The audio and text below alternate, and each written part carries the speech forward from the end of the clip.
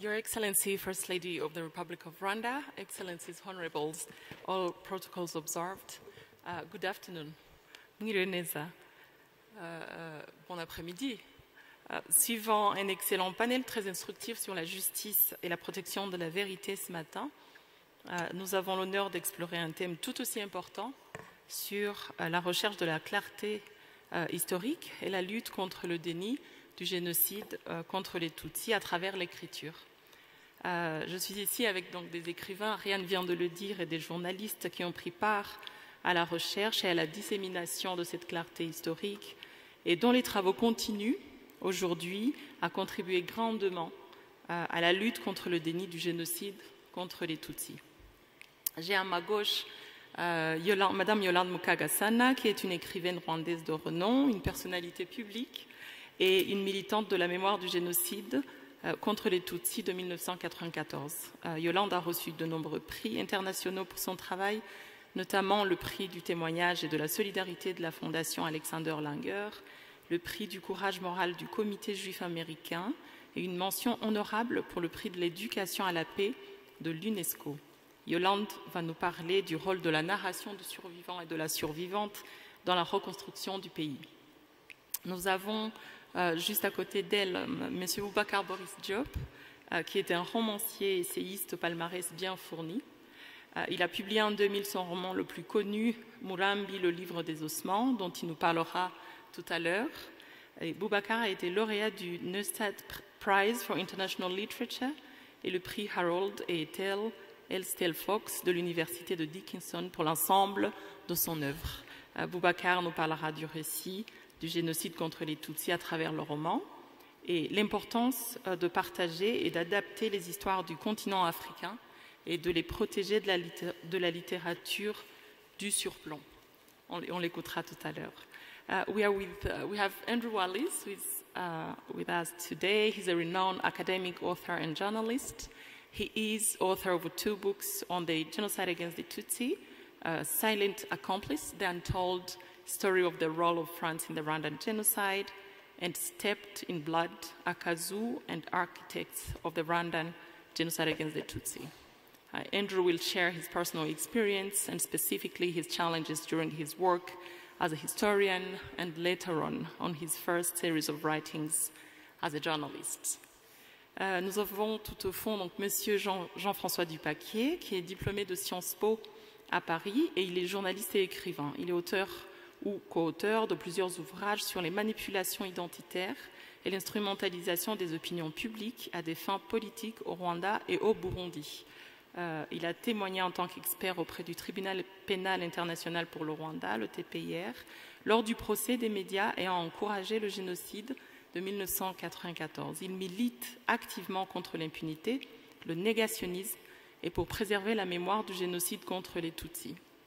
Jean-François nous partagera son point de vue sur l'écriture du génocide au sein de la presse française pendant et dans l'immédiat après le génocide contre les Tutsis, mais aussi aujourd'hui, il partagera ses expériences. And lastly, but not least, we have Dele Olojede, who is a writer, publisher, and editor over 4 decades. He has been a correspondent stationed in varied global centers, including New York, Johannesburg, and Beijing. Dele was the first African-born winner of the Pulitzer Prize, journalism's highest honor, for his writing on the aftermath of the genocide against the Tutsi. Dele will share his perspective on the lack of interest of international journalists about the coverage of the genocide against the Tutsi in 1994 and what sparkled his own interest to cover the genocide 10 years after the genocide. Most welcome to all of you. Bienvenue à tous. Yolande, j'aimerais bien commencer avec vous. Vous portez la voix des rescapés sur ce panel et j'aimerais, Yolande, que vous nous partagiez votre expérience du génocide. Comment est-ce que vous l'avez vécu? Quelle a été votre expérience aussi de la survie, de la survivance? C'est vraiment pas facile. Comme l'a dit tout à l'heure Michel Hirsch, raconter le génocide, c'est revivre le génocide. Mais c'est un choix que j'ai fait. C'est un choix que j'ai fait de raconter, toujours raconter. J'ai écrit pour que le livre m'aide à parler là où je ne pourrais jamais arriver, pourvu qu'il y ait des gens qui sachent lire et écrire. Et donc, j'habitais Nyamirambo à Kivugiza. J'avais une famille, mon mari et mes enfants. J'avais mon frère qui était mon voisin. Il était marié, il avait des enfants. Et je ne veux pas entrer dans les détails. Vous savez tous que tout ce qui était Tutsi devait être tué.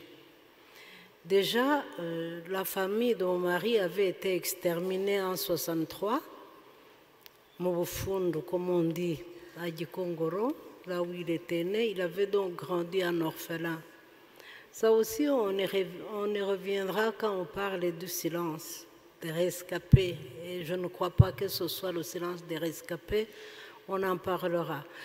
Et comme vous le savez, on avait fait des listes de Tutsis. Chez moi, je me souviens, j'ai effacé au moins 3 fois le numéro 32 sur la porte à la maison, et on ne savait jamais qui écrivait sur les maisons. Et on savait qu'il y avait la liste des Tutsis, évidemment. Mais comme les Tutsis ont toujours été naïfs, à mon avis, par rapport à leur extermination, parce que le processus date de quand j'ai 5 ans et j'en ai 70. Donc, on le savait depuis longtemps, mais on se disait toujours, on n'extermine jamais un peuple, parce qu'on n'était jamais parvenu à les exterminer, évidemment. Et moi, j'avais l'espoir et que, oui, il y aura des morts, parce qu'on veut nous tuer comme d'habitude. De toute façon, on n'a personne pour parler à notre place. Et puis, le jour où ça a commencé, les casques bleus qui étaient toujours dans les quartiers n'étaient plus là. Et c'est normal, quand je commence, parfois, ça me vient, je me fâche, parce que je me souviens des situations qu'on pouvait sauver, qu'on n'a pas eu la volonté de le faire. Et donc, mon mari a été tué le 13, le 14, on a torturé les enfants sur le cadavre du père pour que les enfants disent absolument où je suis. Ils ont refusé de le dire alors qu'ils savaient. Et ils leur ont dit, on viendra vous massacrer demain si vous n'avez pas dit où se trouvait votre mère. Évidemment, ils sont revenus le lendemain et ils les ont tués à la fosse commune en dessous de ma maison, comme beaucoup d'autres voisins. Tutsi, comme le papa de Spéciose. Spéciose, son papa était dans la même fosse commune que mes enfants.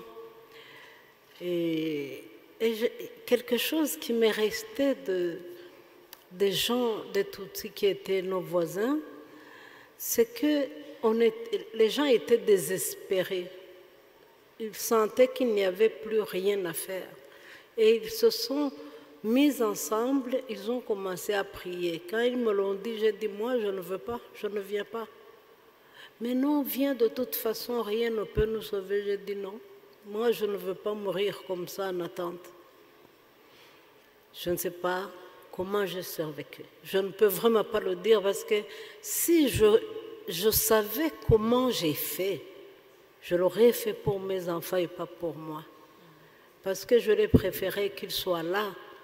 Eux, ils pouvaient faire plus que moi je puisse faire dans la vie. Mais en même temps, c'est l'amour des miens qui fait qu'aujourd'hui, je témoigne. Et puis, ce n'est pas seulement ça. C'est comme si la vie m'a choisi tout simplement. Et comme la vie m'a choisi, je me suis demandé ce que j'en fais parce que normalement, je n'en avais même pas besoin. Pour moi, je n'avais plus besoin de vivre après les miens. Retourner là où je suis née, qu'il n'y ait personne. Chez moi, à la maison, il n'y a personne. Chez mon mari, ça n'a jamais existé depuis qu'il avait l'âge de 13 ans. Je ne voyais pas ce que je fais dans le monde. Mais finalement, je pense que j'ai trouvé une raison. C'était ma révolte. L'amour des miens, je dois le venger parce qu'il ne faut pas que cela se reproduise. Donc, ce n'est pas venger pour faire quelque chose d'autre, c'est de crier. Crier pour que cela n'arrive plus. Crier pour que les mamans arrêtent de pleurer leurs enfants, surtout quand ils sont tous des innocents. Crier pour la tolérance entre les humains parce que chacun ne sait pas crier. Il n'a pas choisi ce qu'il veut être. Nous devons nous accepter mutuellement. Et puis, quelque chose qui m'a fait crier beaucoup, c'est l'esprit que j'ai trouvé en Europe quand je suis arrivée là, en février 1995. L'esprit, le double génocide, on en parlait déjà à cette époque. Et la première fois que j'ai parlé du génocide, c'était le 7 avril 1995, à Bruxelles, à la création d'Ibuka. Il y avait déjà le langage du double génocide et il y avait le FPR qui avait massacré les Hutus. Alors imaginez, moi qui viens d'être sauvé par le FPR, j'ai commencé à montrer les muscles. Oui. Et je ne suis plus jamais partie. Et je n'ai plus jamais voulu quitter l'Europe. Pourquoi? Parce que je me sentais encore jeune pour me battre. Maintenant, comme je suis vieille, je suis rentrée. C'est toujours jeune. C'est dans la tête, comme on dit. Oui, oui. Donc la révolte, au départ de votre volonté d'écrire. Ouais. Hein, mais qu'est-ce qu'a été votre motivation, à part cela, à part la révolte et cette volonté de raconter? Et puis surtout, qu'est-ce que ça a représenté pour vous de parcourir le monde à travers votre plume? Merci de me dire ça. Vous savez, en Belgique, surtout les journalistes, excusez-moi les journalistes, disaient, mais les rescapés ils ne veulent pas dire ce qu'ils ont vécu. Est-ce que vous savez pourquoi? J'ai dit, attendez, je vous raconte depuis combien de temps? Combien d'oreilles pour m'entendre? Si j'ai écrit, c'est parce que je voyais que les gens ne voulaient pas entendre. Parce que, vous savez bien que beaucoup de gens aiment les histoires qui se terminent bien, sur de l'espoir. D'accord? Même un film. Il faut qu'un film se termine sur quelque chose de beau. Mais nous, le génocide, c'est d'abord pas une histoire comme une légende. C'est la réalité qui a eu lieu. Des humains sur d'autres humains. Des Rwandais sur d'autres Rwandais. Ce n'est pas un étranger qui est venu tuer au Rwanda. Ce sont nos frères, ce sont nos sœurs, ce sont nos familles qui ne voulaient plus de nous. Mais il faut toujours aller au fond des choses et ce n'est pas le moment de faire des analyses. On aura le temps. Mais c'est ça que je voulais vous dire. J'ai écrit parce que je voyais que les humains ne voulaient pas écouter. Quand c'est l'horreur, on ne veut pas écouter. Et je me disais, pourquoi ils ne veulent pas écouter? Merde, c'est pas de ma faute. C'est de leur faute, c'est pas la mienne. Il faut au moins qu'ils écoutent le résultat de ce qu'ils ont fait. Oui. Et qu'on puisse protéger au moins nos générations. Et alors, ça fait partie des choses qui ont fait que j'ai écrit. Imaginons aujourd'hui, tout simplement, je porte l'étoile de David. Pourquoi? Quelqu'un peut me dire pourquoi? Non. Mais moi, je sais pourquoi. Les Juifs sont toujours pourchassés pour être tués. Il suffit d'une guerre, là où se bat Israël, et on dit c'est la faute aux Juifs. C'est toujours la faute aux Juifs. C'est aussi la faute aux Tutsis, alors. Si aujourd'hui on est encore en train de massacrer les Tutsis au Congo, c'est la faute aux Tutsis, n'est-ce pas? Parce qu'aujourd'hui, le problème qu'il y a, excusez-moi de passer un peu à côté, mais ça m'énerve, le problème qui est au Congo, c'est un problème qui existe, non pas par les Africains, mais par les Occidentaux, par la colonisation. Mais ils doivent avoir le courage d'affronter au moins des choses s'ils se sont trompés. Tout le monde peut se tromper, oui. Je suis d'accord. Mais quand on se trompe, qu'on n'avoue pas qu'on s'est trompé, c'est-à-dire qu'il y a une volonté derrière. Parce que, regardez, nous, on a pu pardonner à nos génocidaires parce qu'ils ont eu le courage de dire « mais à culpa, c'est vrai, ce que vous racontez, vous n'êtes pas fou. Je l'ai fait. » Oui. Même si je ne l'ai pas préparé, mais l'État l'a préparé pour moi et m'a donné les moyens de le faire. Aujourd'hui, je pense que nous avons des problèmes vraiment de simplicité de l'être humain. Quand on se trompe, on ne peut pas dire qu'ils se sont trompés. Alors, en écrivant, je ne veux pas que les enfants, à commencer par les enfants du Rwanda, soient comme des Rwandais d'il y a 30 ans. Non, je veux que les enfants du Rwanda connaissent leur histoire, héritent de leur histoire et qu'ils transforment les actes de nos ancêtres, les mauvais en bons actes, qu'ils sachent que nous avons une nation à construire. Parce que quand j'étais en Belgique, on parlait déjà du Hutuland et Tutsiland. Ah il y aura un No Man's Land puisqu'on s'est mariés entre nous. Qu'est-ce qu'on en fait, ces enfants? Oui. Il faut vraiment être bête pour penser comme ça, ou ne pas nous connaître. Je suis désolée. Oui. Donc, ça fait partie de pourquoi j'écris. C'est l'héritage des enfants rwandais, l'héritage de vos enfants occidentaux, ailleurs. C'est pour cela, je crois, que j'ai survécu enfin. C'est parce que j'ai été la voix qui va porter au moins la réalité sans concession. Je n'ai pas besoin qu'on dise « Ah, elle a bien parlé ». Non, je dis les réalités.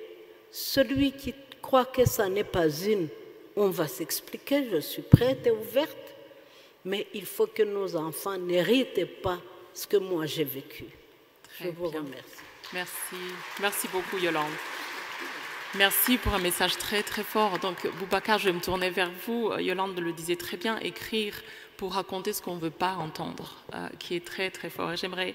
Vous avez fait partie du premier réveil d'auteurs africains à propos du génocide contre les Tutsis à travers le projet Écrire par devoir de mémoire en 1998. Un projet dont l'objectif était de témoigner de leur solidarité morale envers le peuple rwandais et de rompre le silence des Africains.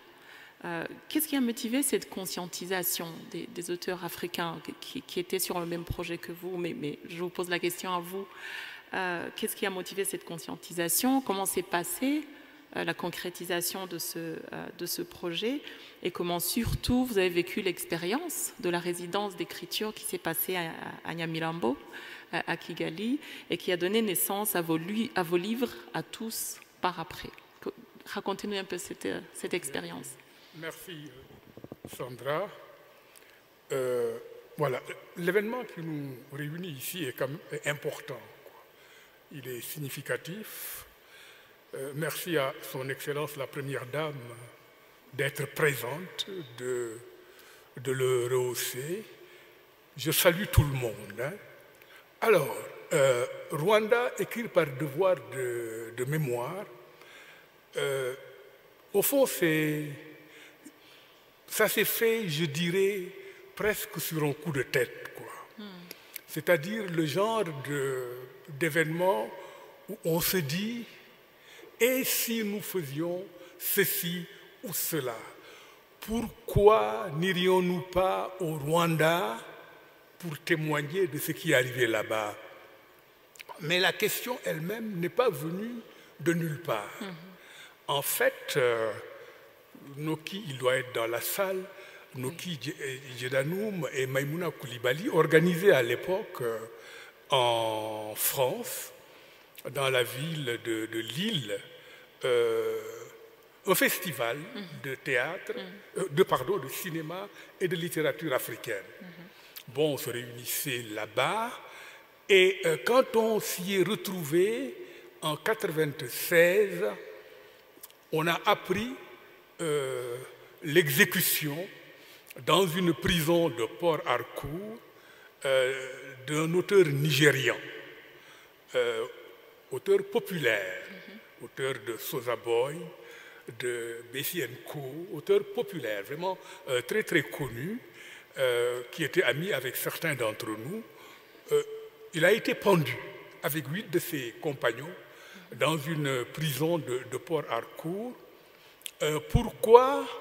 Au fond, ce n'était pas à cause de ses écrits, mais c'était à cause de son militantisme écologiste avant la lettre.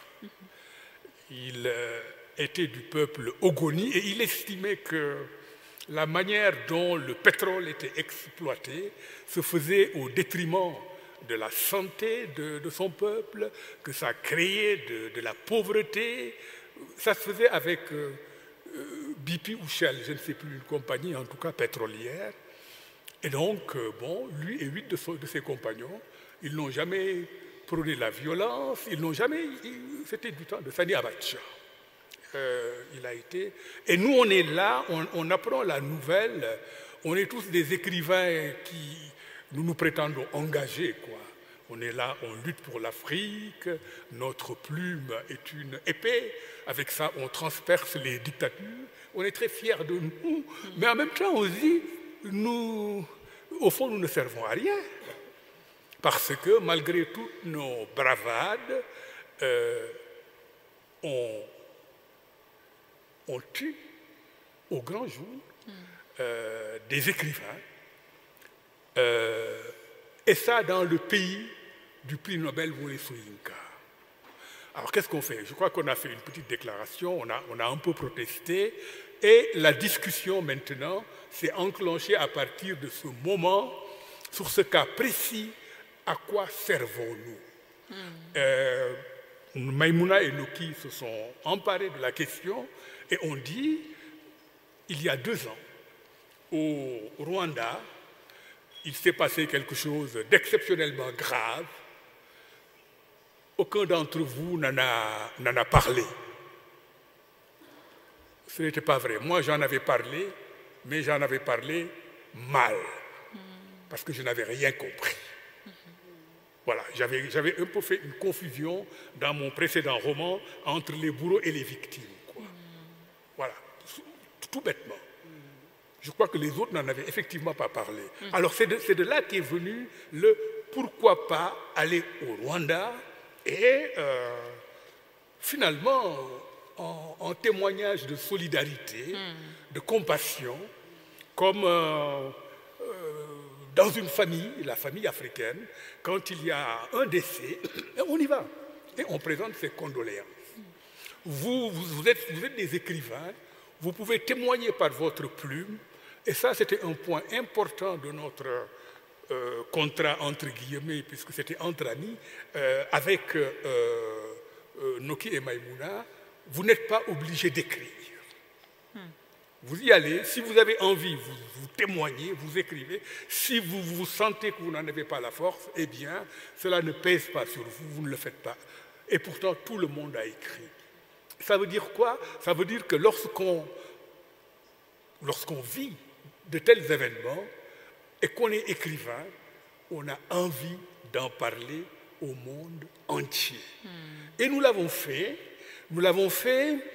Ce qui était finalement un petit pourquoi pas est devenu tout de même un événement, un moment marquant. Je dirais presque un tournant de la littérature africaine. C'est-à-dire que maintenant, vraiment, Rwanda écrit par devoir de mémoire, les textes sont lus, étudiés, sont comparés, etc.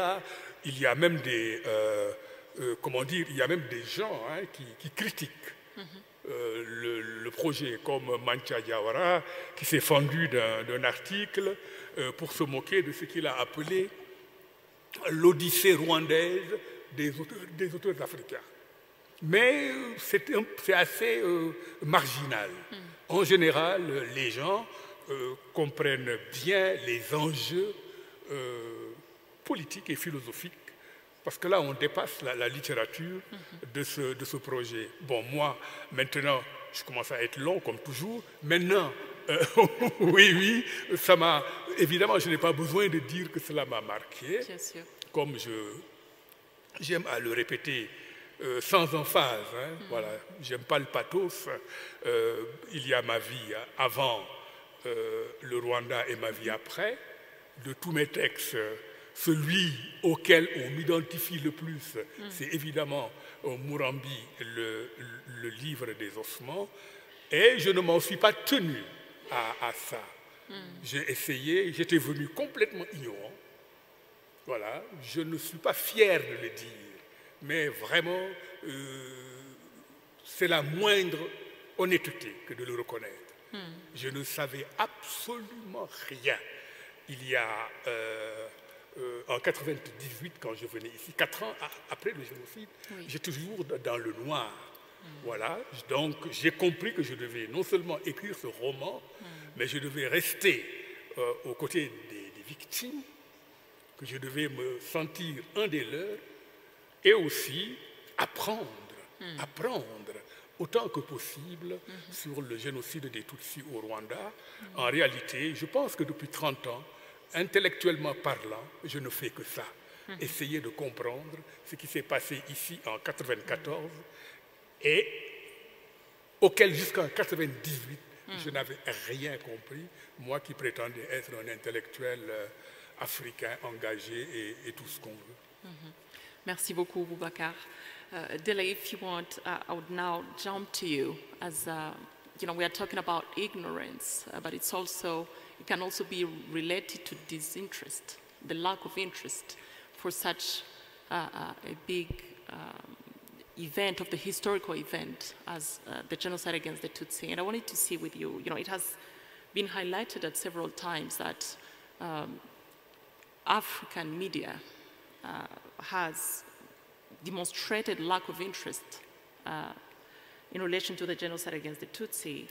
And, it has also been said several times that, the media had all their eyes on the South African situation, which was South Africa was going through historical times as well in 1994. And it has been highlighted several times that media was there.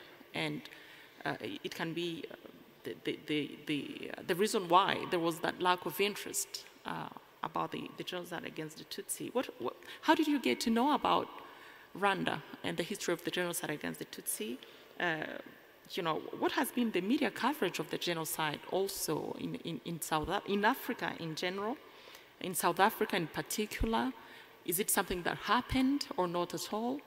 I really wanted to relate the two, that ignorance, the writers, but also that lack of interest, and get a perspective from you as a journalist. I've often thought about this over the past 30 years.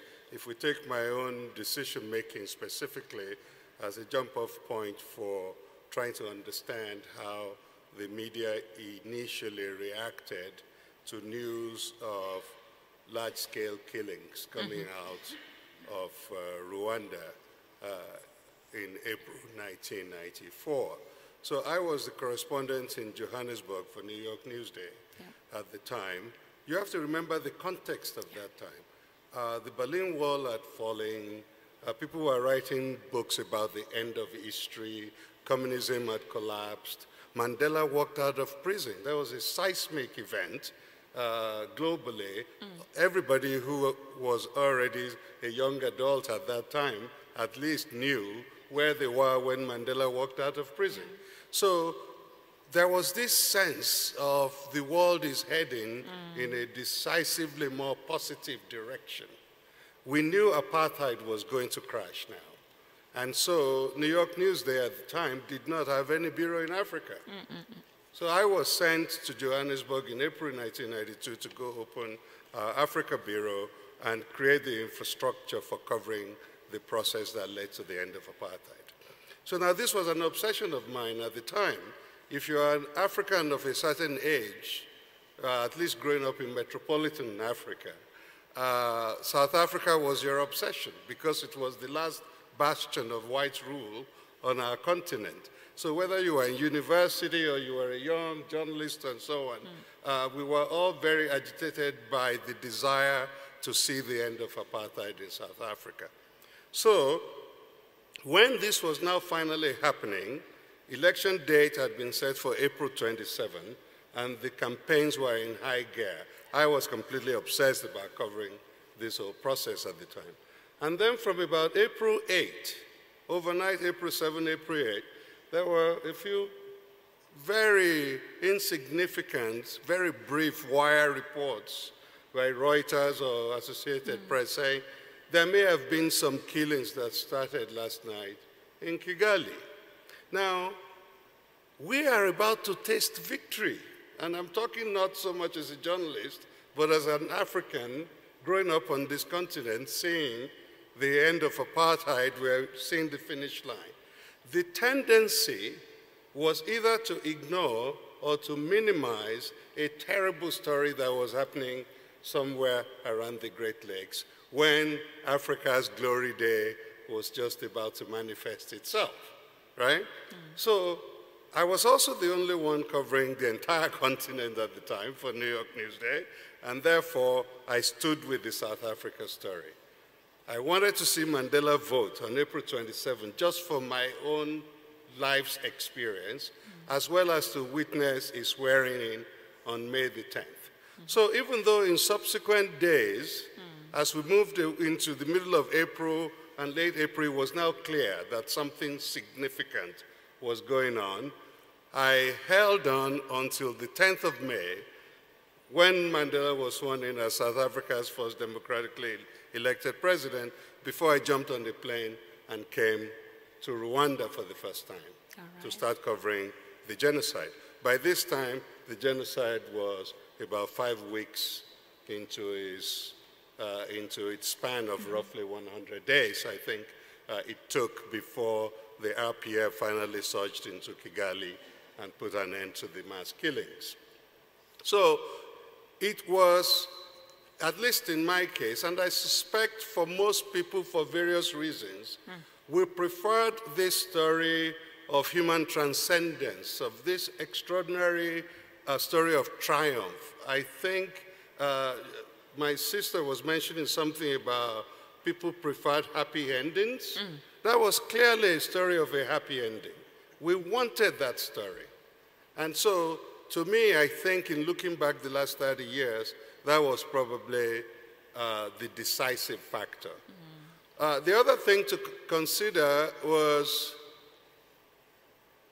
the stereotypical image of Africa was where bad things happened, where, you know, children with flies around their noses, the Biafra War created the, you know, classic images of the starving African child and so on. So this was always kind of the stereotypical, and I'd covered Somalia's farming 3 years before, 1991 into 1992. So all of these things had some impact, even if unconsciously, on the desire to quickly and decisively come and tell the world about what was happening in Rwanda. And so not long after I came and saw a country that was nearly just silent. It's like you couldn't hear dogs barking, you couldn't hear birds crowing. It was a frightening necropolis that I met in this city of Kigali in May 1994 when I first came here. And then a couple of weeks or so later, standing at the border in Gisenyi, the border with Goma, and over 48 hours, witnessing physically 2 million people surging across into Congo from Rwanda. It was the most extraordinary thing that once you've seen it, you cannot unsee it. And so that became almost a journey of obsession for me since then, partly out of guilt, guilt in the sense that I knew I did have some skills, some talents for storytelling, and I could not shake the feeling, even if it was a little bit egotistic, that if one had covered insistently the beginnings of the genocide, we might have trapped the world powers, especially the United States government, into taking action earlier, and rather than wait until nearly 1 million people had been killed almost one by one with machetes and by other means. And so because of that experience, I have never been able to stay away from Rwanda for the last 30 years. All right. And we can talk about some of the other Yeah. aspects as you go. Yeah, of course, we'll come back to that, Dele, and thank you so much for sharing. And speaking of international opinion, Jean-François, j'aimerais bien me tourner vers vous cette fois-ci. Et vous êtes un grand journaliste, et depuis vraiment le début des années 90, vous avez donné l'alerte à propos du génocide contre les Tutsis. Quelle a été l'opinion internationale là-dessus, sur le génocide? La presse française notamment a tardé à reconnaître le caractère génocidaire des massacres qui arrivaient ici. Quelle était la situation alors? Comment la presse française a-t-elle réagi pendant le génocide, mais aussi dans l'après, juste après le génocide? Voilà. Quelle est votre perspective là-dessus? Je vous remercie de ces questions qui sont très pertinentes et auxquelles il me faudrait beaucoup plus d'un quart d'heure pour y répondre de façon argumentée. Oui. Mais là, on va être modeste, on va essayer de tenir ce délai pour que chacun puisse s'exprimer. Avant, je voudrais vous dire à quel point je suis honoré de cette invitation devant cette brillante assemblée. D'abord, bien sûr, Madame la Première Dame, et le ministre Bizimana, qui est déjà depuis si longtemps mon ami Jean Damascène, et qui a eu ce matin des paroles extrêmement bienveillantes, dont je le remercie.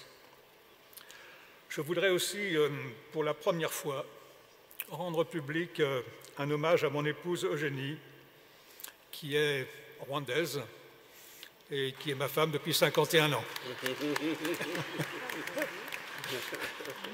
Et qui m'aide beaucoup dans mon travail sur le génocide des Tutsis, comme chacun peut l'imaginer, mais qui est très modeste et qui n'en parle jamais. J'ai été surpris par l'intitulé de ce panel, en ce qui me concerne. Je lis « Journaliste, activiste contre le déni du génocide contre les Tutsis ». Et je me suis posé des questions. Est-ce que c'est bien comme ça qu'on peut me qualifier? Alors, j'ai ma propre définition du journalisme. Le journalisme est une personne, c'est ma définition, hein, je n'ai pas de définition universelle forcément. Le journaliste est une personne qui s'est donné pour mission de repérer des faits vérifiés qui méritent d'être portés à la connaissance du public. Des faits vérifiés qui méritent d'être portés à la connaissance du public. Qu'est-ce que ça veut dire? Ça veut dire que le journalisme n'est pas un statut, ce n'est pas parce qu'on n'a pas de carte de presse qu'on n'est pas journaliste. Le journalisme est un état d'esprit. Sont journalistes, en fin de compte, tous ceux qui aiment la vérité. Je devrais dire qu'ici, dans cette assemblée, je pense que presque tout le monde est journaliste sans le savoir. Mais enfin, on ne va quand même pas dire que c'est un colloque de journalistes aujourd'hui, c'est quand même Kouibouka 30. Et donc, ce travail de journaliste, comment il peut ressentir le négationnisme? Mais d'une façon extrêmement simple, le négationniste est l'ennemi de la vérité. Donc, un journaliste, à mon sens, ne peut considérer un négationniste que comme un ennemi.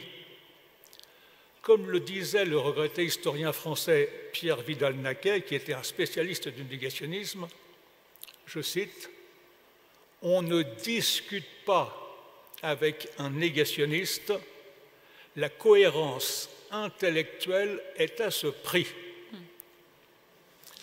Il y a 3 jours, je me trouvais à Paris au Mémorial de la Shoah. J'étais moi-même le modérateur d'un débat sur le documentaire de Michael Stanke et de Maria Malagardis, que vous verrez dimanche à 21 h sur la chaîne 5, et qui est, à mon sens, le meilleur documentaire jamais produit dans le monde francophone sur le génocide des Tutsis et l'explication de ce génocide. Et après avoir vu ce documentaire en avant-première, une dame dans l'Assemblée a dit « Je ne comprends pas, on ne voit pas M. Védrine s'exprimer, ni les personnes qui pensent comme lui. » Mais on ne discute pas avec M. Védrine et les personnes qui pensent comme lui. Imaginez-vous que quelqu'un fasse un documentaire sur le nazisme et se sente obligé d'inviter des néo-nazis qui viennent dire que c'était les Juifs qui avaient fait la guerre au peuple élu allemand. Pourquoi ce serait différent avec le génocide des Tutsis? Encore une fois, on ne discute pas avec les négationnistes.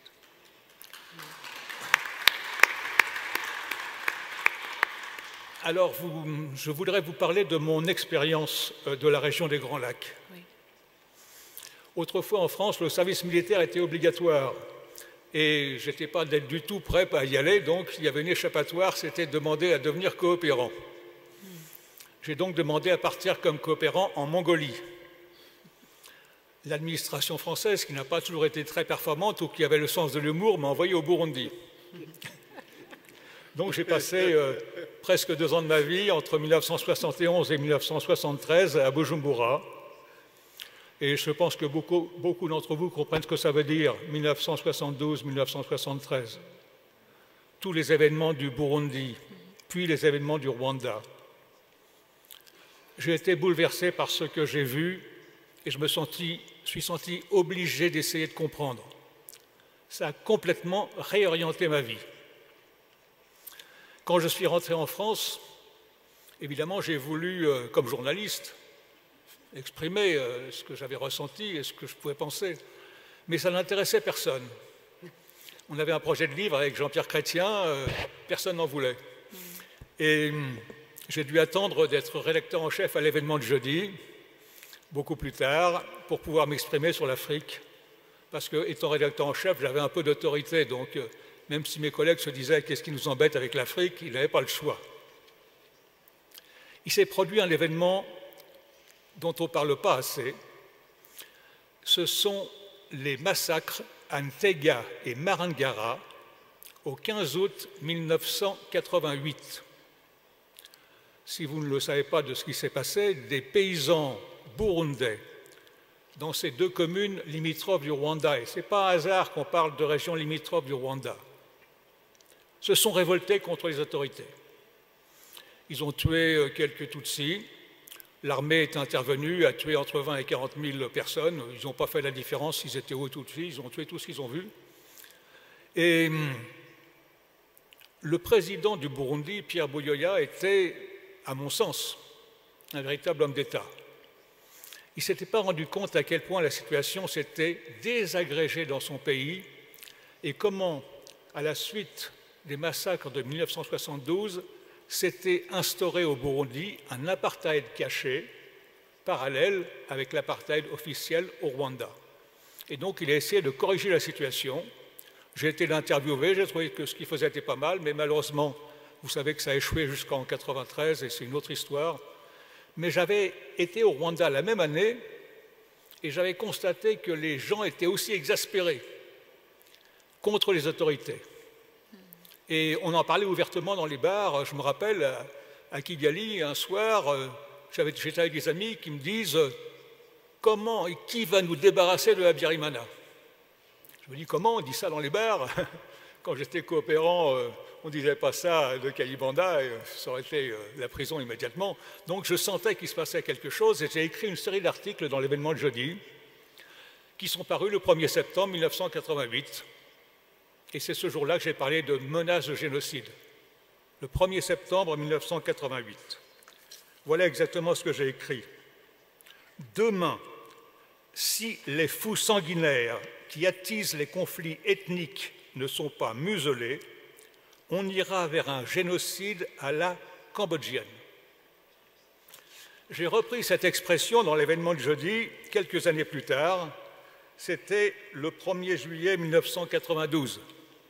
Je vous montre cet article, vous ne le verrez peut-être pas, mais je peux vous le montrer tout à l'heure si vous voulez, après la discussion. C'était titré « La France au chevet d'un fascisme africain ». Comme j'étais rédacteur en chef, je faisais mes propres titres. Parce que ce que vous ne savez souvent pas, c'est que ce n'est pas les journalistes qui font les titres de leurs articles, c'est le secrétaire de rédaction. Mais là, j'étais rédacteur en chef, donc j'avais toute l'attitude. Et j'étais très content de mon titre, « La France au chevet d'un fascisme africain ». C'était le 25 juin au 1er juillet 1992. Tous ceux qui connaissaient un peu la région, en France, et ils étaient très peu nombreux, très très peu nombreux, on était 6 ou 7, et j'étais le seul journaliste, les autres étaient des universitaires, voyaient bien ce qui se préparait. Et nous avons envoyé des messages aussi forts que possible, Jean-Pierre Chrétien l'a fait aussi, et d'autres. Pourquoi ces messages n'ont pas été entendus?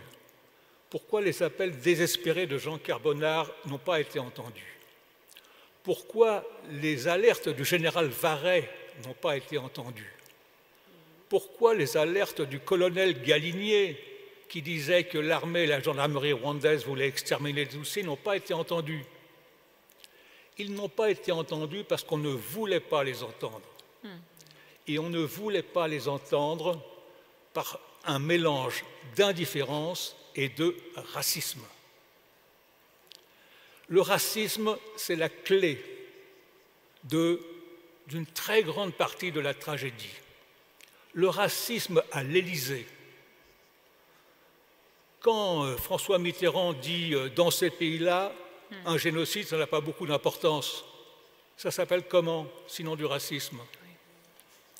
Quand Hubert Védrine signe un article intitulé « Hutu et Tutsi, à chacun son pays », c'est quoi si ce n'est pas du racisme? Vous savez, le racisme, c'est un poison lent. Il n'a pas toujours besoin d'un ordre de marche, comme disaient les militaires. Le petit soldat français aux portes de Kigali en septembre-octobre 1993, qui, à l'arrêt des bus, fait descendre les Tutsis, il n'a pas un ordre de marche pour lui dire « vous faites descendre les Tutsis ». Il est raciste dans un pays raciste. Et en quelque sorte, il va se greffer sur le sentiment général. Le colonel Poncet, qui dirige l'opération Amaryllis, vous vous souvenez qu'Amaryllis, c'est le moment où on exfiltre de Kigali les expatriés pour laisser les Tutsis se faire massacrer. Son ministre, Alain Juppé, enfin, ce n'est pas son ministre puisqu'il est militaire, mais le ministre des Affaires étrangères, Alain Juppé, a dit « au moins, vous sauvez aussi les employés Tutsis de l'ambassade ». Il ne le fait pas. On ne lui a pas donné l'ordre de ne pas le faire. Il ne le fait pas parce que c'est un raciste. Le racisme n'a pas toujours besoin d'ordre. Le racisme, c'est l'idéologie pour les nuls.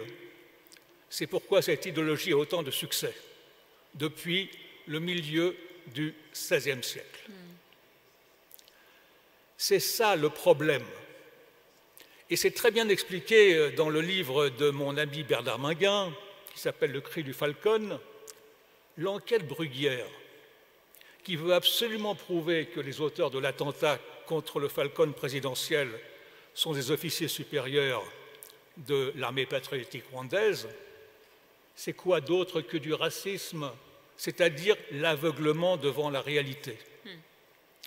C'est pourquoi, et j'arrête là parce que j'ai fait déjà un petit peu long, c'est pourquoi si on veut combattre le négationnisme, il faut commencer par combattre le racisme.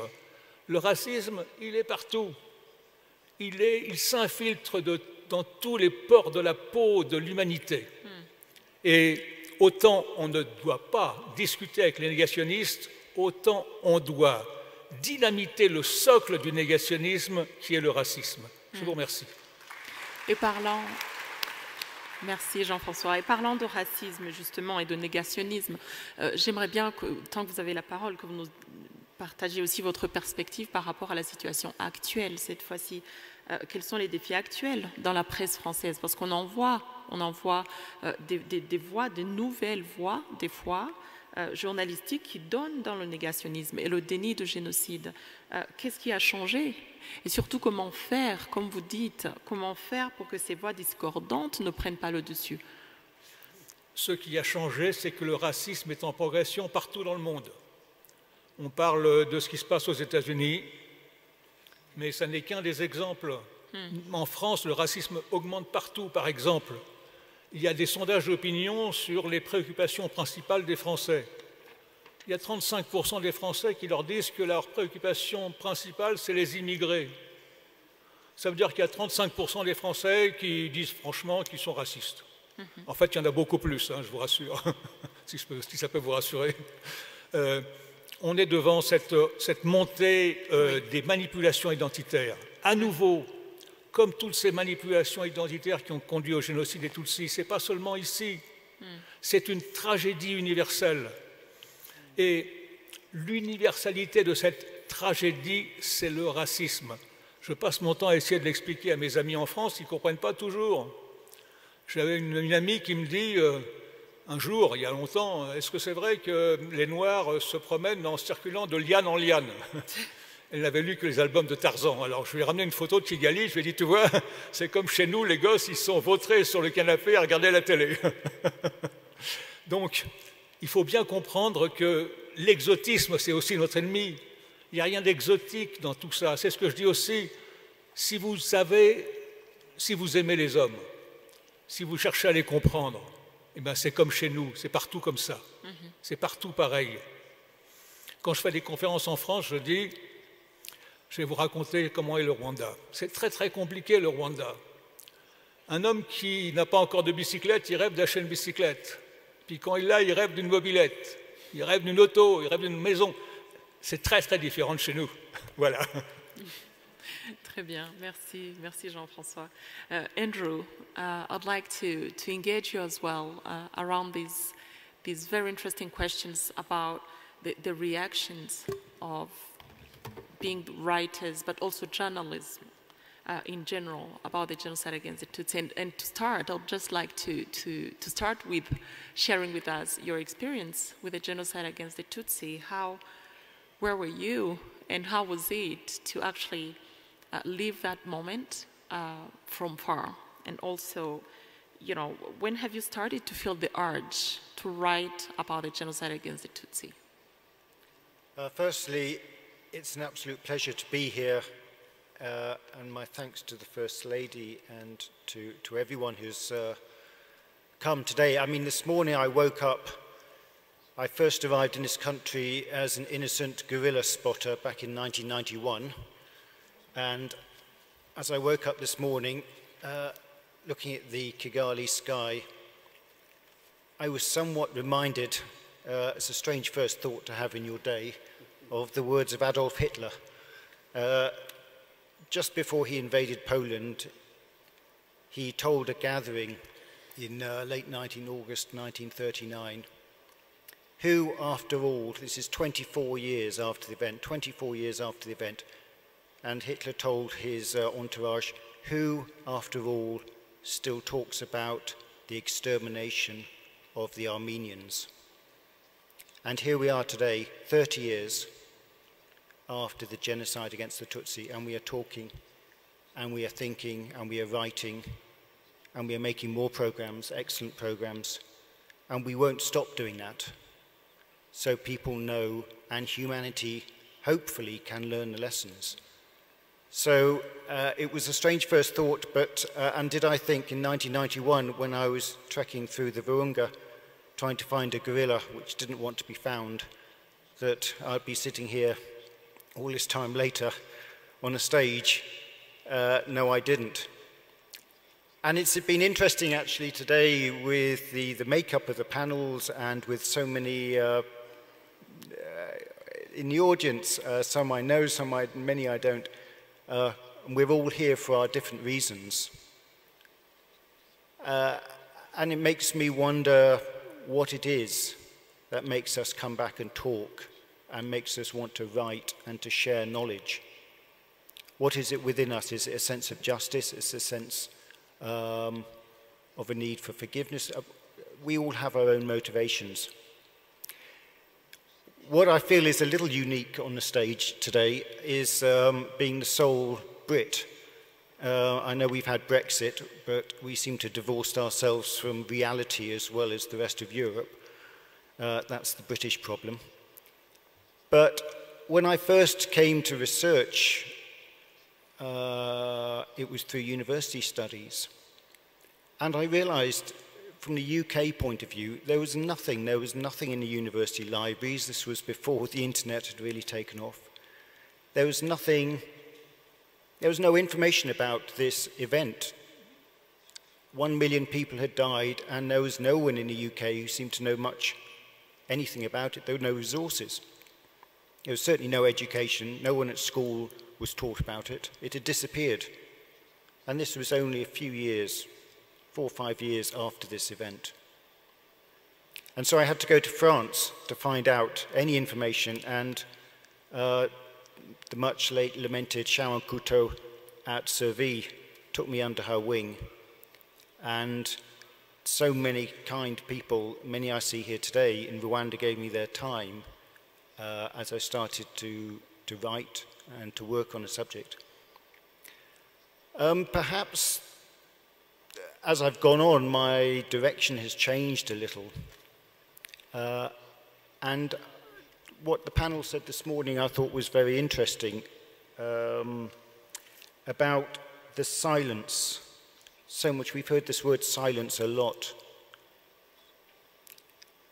And just, if you bear with me for 1 minute, I'll give you a story just from recently, some recent research I'm doing over in Germany into a Holocaust perpetrator, a man called Herbert Lang, a young man, he was only in his 30s. And he was also the commandant of Kulmhof death camp. This was the very first extermination camp in Poland that killed around 160,000. This particular commandant also took part in the euthanasia program, so he'd drive his van around Poland and empty mental hospitals into his gas van.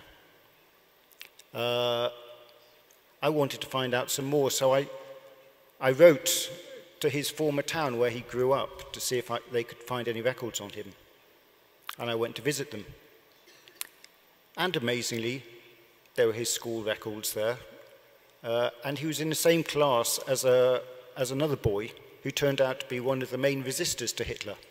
So in the same class, two people who took the opposite path.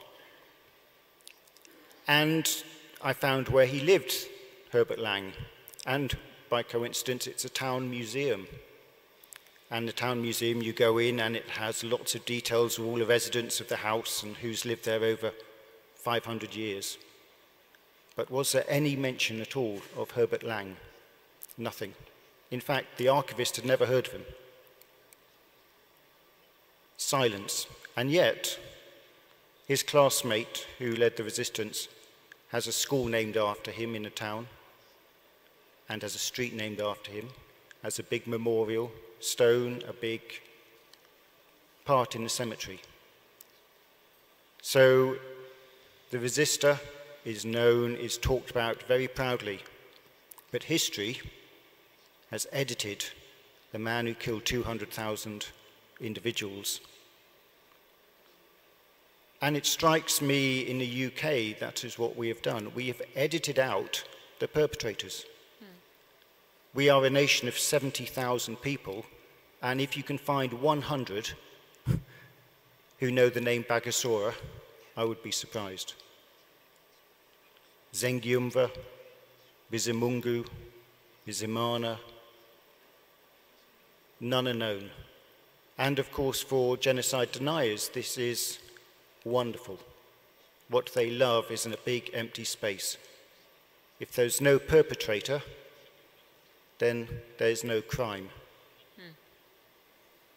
So for me, for the work I've been doing for the last 10 years, my last book, it's about bringing the perpetrators back center stage. Because I'm fed up in the UK of constantly talking, when people mention Rwanda, it's always about President Kagame, which unfortunately is not in a good way.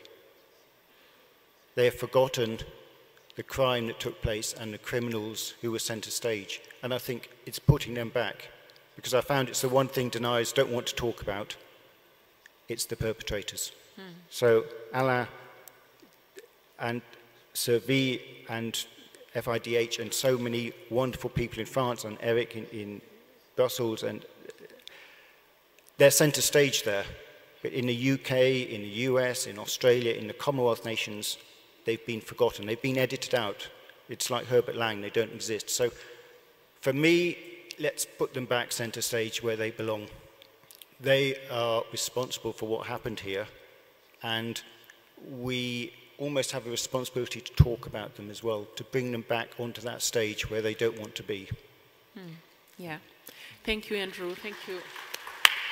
Thank you very much for sharing. So I can see that Dele has a point to share on that one. Yeah, I was just reflecting on some of the things I'd heard from this stage.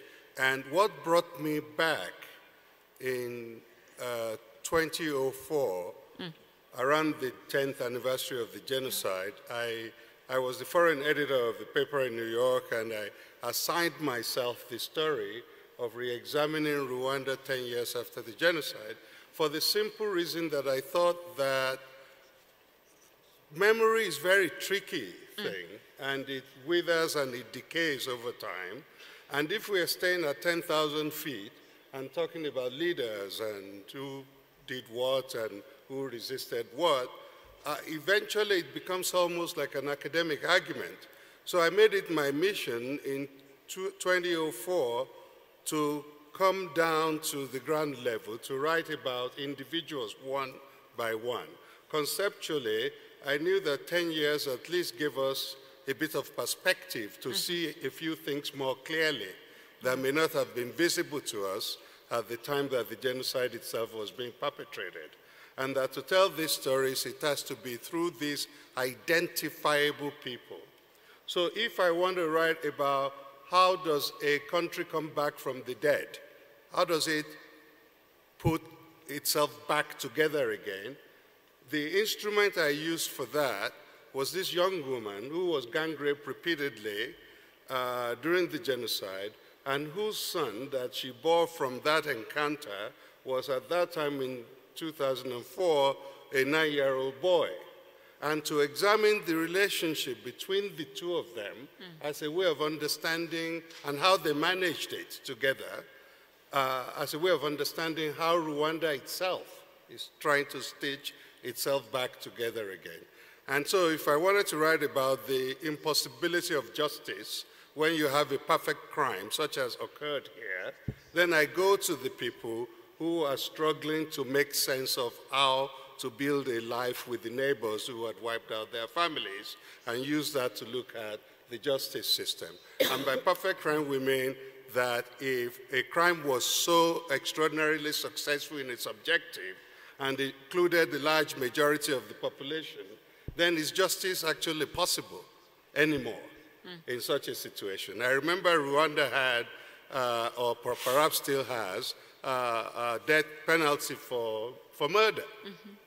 But if maybe 6 or 7 million of a population of 8 or 9 million either directly or indirectly participated in mass murder, how do you impose that judgment? So people have to look for other ways in order to find a future for themselves. So I felt that an effective way of exploring this was not to talk to President Kagame at that time, even though I've talked to him many times before, or to talk to a governor and so on. I think the most senior official I spoke to at the time, actually, was a man I ran into at lunch today for the first time in 20 years, Tom Ndairo, who used to run the Human Rights Commission, right? I just deliberately stayed away from high officials in order to tell the stories from the ground level, because that's what sticks in the mind. So it occurs to me years later that what I was trying to do was to find a way to make the crime stick in the minds of the public by putting specific faces and names and the everyday struggles that people engage in order to survive. And perhaps also to solve some of my own feelings of guilt that I didn't get to this early enough when the genocide began, and I only got to Rwanda in May of 1994. Right. But a new future is being built here, and you will find a constant struggle between memory and forgetting. I think Milan Kundera was the one who memorably explored that concept. And if people cannot remember things clearly, then there is always the possibility that never again becomes again and again and again. Yeah. So it is important to remember what happened here. Absolutely, I agree with you, Dele.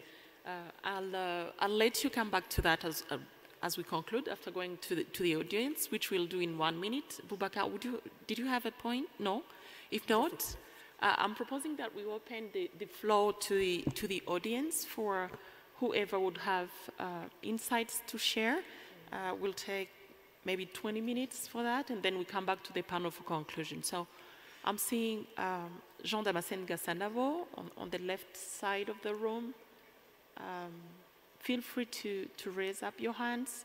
Yes, Damas, you can go ahead as we wait for other people to manifest.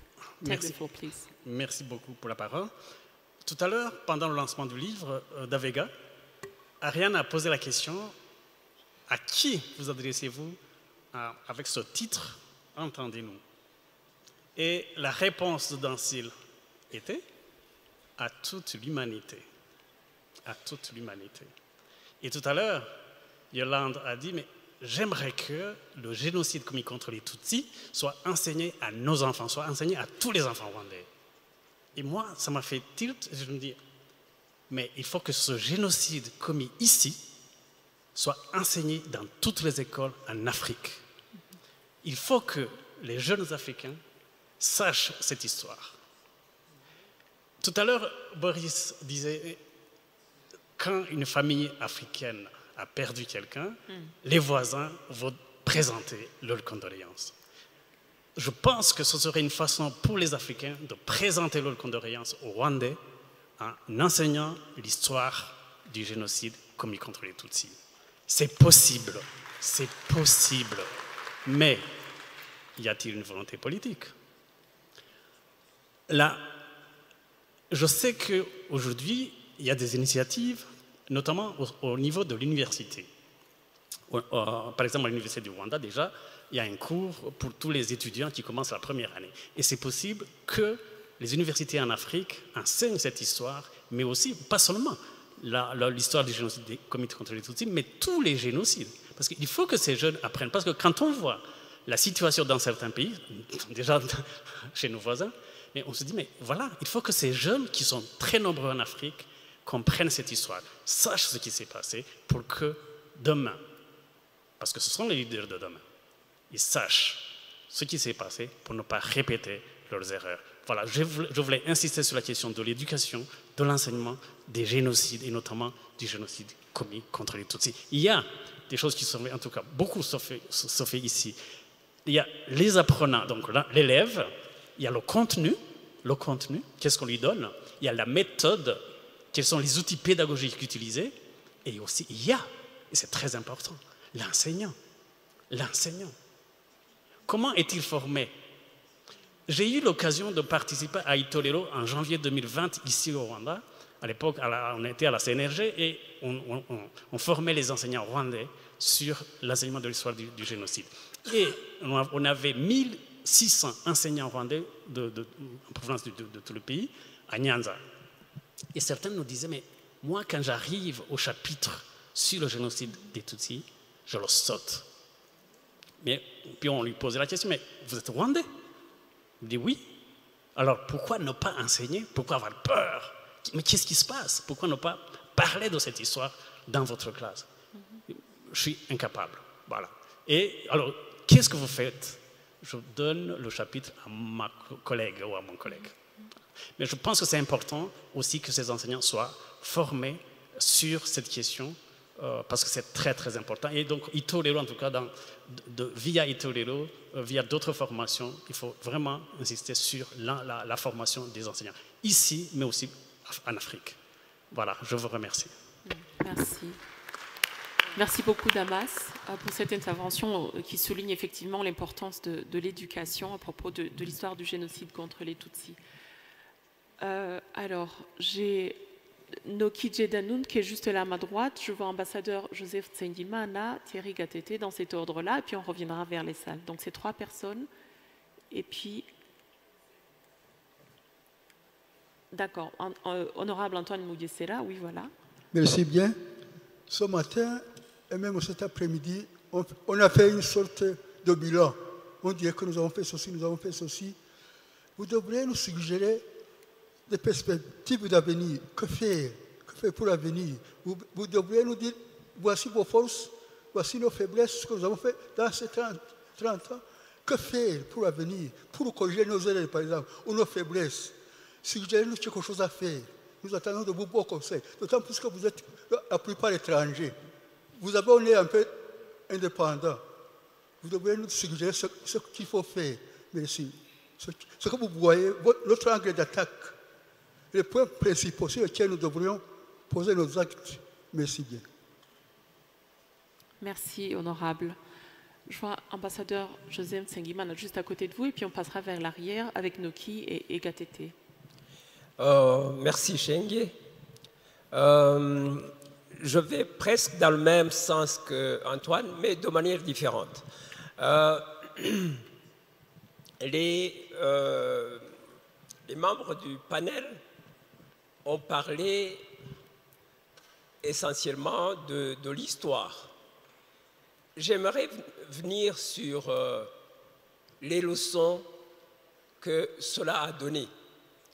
Le génocide a été commis, le négationnisme s'est développé, on a eu des voix éventuellement discordantes qui ont lutté contre ce négationnisme, mais quel est le bilan et quelle perspective essentiellement? Je partirai de l'environnement dans lequel nous nous trouvons, au niveau régional et au niveau international même. Avons-nous évolué? Est-ce que le génocide perpétré contre les Tutsis a été une leçon pour changer?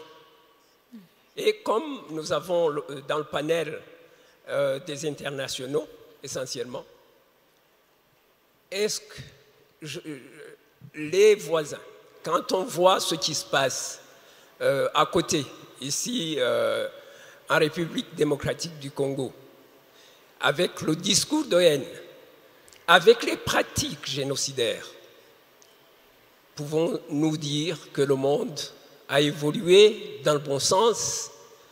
Pouvons-nous éventuellement orienter des actions pour que ça change? Ça, c'est un. Mais si on se place à un niveau supérieur, le niveau des Nations Unies, le niveau des internationaux, de manière générale, est-ce qu'on n'est pas en train de voir la répétition de ce qui s'est passé au cours du génocide perpétré contre les Tutsis? Est-ce que les Nations Unies qui sont au Congo, on peut dire encore, comment ils interprètent l'action génocidaire en cours? Comment rédigent-ils leur rapport? Et je dirais même à l'Union africaine. Donc, moi, la question que je pose, est-ce que le never again peut être de mise?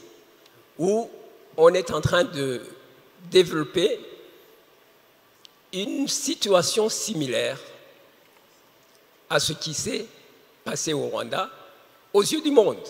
Parce que ce qui se passe ici à côté, c'est pas différent.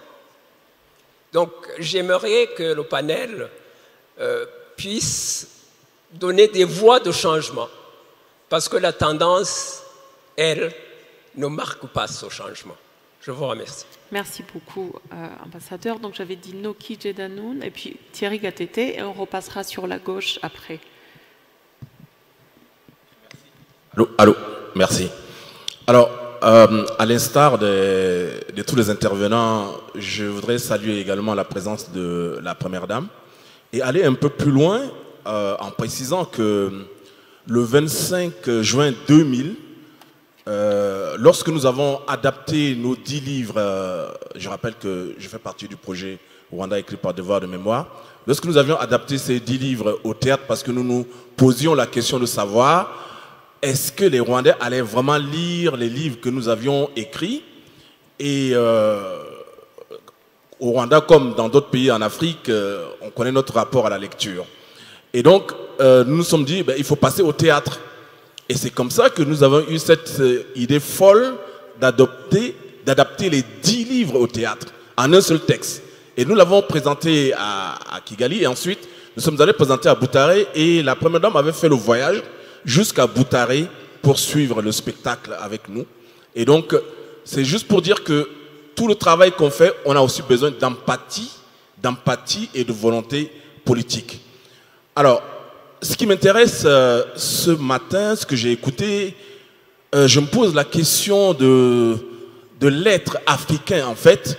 Ce matin, je me posais la question de savoir où est l'Afrique. Parce que toutes les interventions venaient de la Belgique, de la France, les associations qui ont travaillé en solidarité, que ce soit les avocats, etc. Et il n'y a pas l'Afrique. Il n'y a pas d'Afrique. Boubacar Boris Diop, en prenant la parole, a dit qu'il ne connaissait rien du Rwanda jusqu'en 1994. Et nous tous, d'ailleurs, nous ne savions rien. Mais nous sommes africains et nous sommes obligés de reconnaître que le génocide perpétré contre les Tutsis, c'est sur la terre africaine. Et je viens d'écouter Jean Damascène qui pose la question. Jean Damascène dit il faut travailler en direction de l'Afrique. En étant ici au Rwanda, j'étais ici il y a un peu plus d'un mois, je suis revenu, et nous nous sommes posé la question avec nos amis centrafricains de dire, mais il y a Kibuka 30 qui se passe, pourquoi nous n'allons pas faire la commémoration dans nos pays respectifs? Moi, je viens du Tchad. Quand je suis au Rwanda, les enfants tchadiens, les plus jeunes me demandent toujours, mais qu'est-ce que tu fais au Rwanda? On veut comprendre. Alors, donc nous avons décidé, là c'est des actions concrètes, dans la semaine du 22 avril, déjà toute la semaine, au Tchad, nous allons intervenir dans les écoles. Surtout ce qui nous intéresse, ce sont les plus jeunes, qui confondent guerre civile, génocide, etc. Il y a beaucoup de choses. Ensuite, nous allons en Centrafrique, au Maroc, au Cameroun, au Bénin, au Togo, etc. Voilà. Et avec nos propres responsabilités. Et donc, on pose la question de l'Africain. Je reviens, je ne vais pas entrer dans les détails du projet Rwanda écrit par devoir de mémoire puisque Boris en a parlé. Et puis le 9, nous avons un café littéraire, on va entrer dans les détails. Lorsque nous étions au Rwanda en 1998, nous sommes allés au collège de Byumba. Et nous étions allés à la rencontre des élèves. Et pour leur faire comprendre que nous venions de différents pays d'Afrique, nous avions posé la carte de l'Afrique sur un tableau. Et nous avions dit d'où nous venions. Et les enfants nous ont posé la question, mais vous êtes vraiment africains? Vous arrivez 4 ans après le génocide. Et qu'est-ce que nous avions comme réponse à leur donner? Nous n'avions pas de réponse. Nous n'avions pas de réponse. Moi, je viens du Tchad, un pays qui traîne ses guerres civiles pendant plus de 40 ans. Et donc, avec une quarantaine de groupes rebelles, et je me dis, mais le FPR, c'est comme un autre groupe rebelle du Tchad aussi. Voilà. Et c'est en travaillant, en revenant au Rwanda, en s'intéressant 30 ans, 25 ans plus tard que, avec toutes ces informations que j'ai glanées, par exemple, ce matin, j'ai appris encore beaucoup de choses ce matin. Et là, je dois repartir dans mon propre pays, dans d'autres pays africains, et continuer le travail contre la négation parce que les plus jeunes ne comprennent pas. Donc, pour finir, je dirais que nous devons continuer à nous poser la question d'être africain, cette question de solidarité, et puis aussi à partir de cette mémoire du génocide, peut-être, parce que le Rwanda, c'est vrai qu'on parle de la mémoire, nous sommes ici, mais le Rwanda a tellement changé. Le Rwanda est un modèle que nous devons exporter aussi dans nos propres pays, et c'est ce que j'envisage de faire avec les autres amis. Merci beaucoup. Merci, merci Noki. Nous avions dit donc Thierry Gatete, puis après on passe vers la gauche.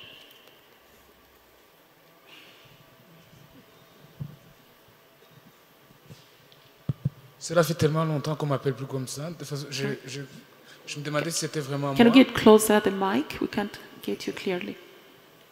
Alors, je m'appelle Gatete, merci.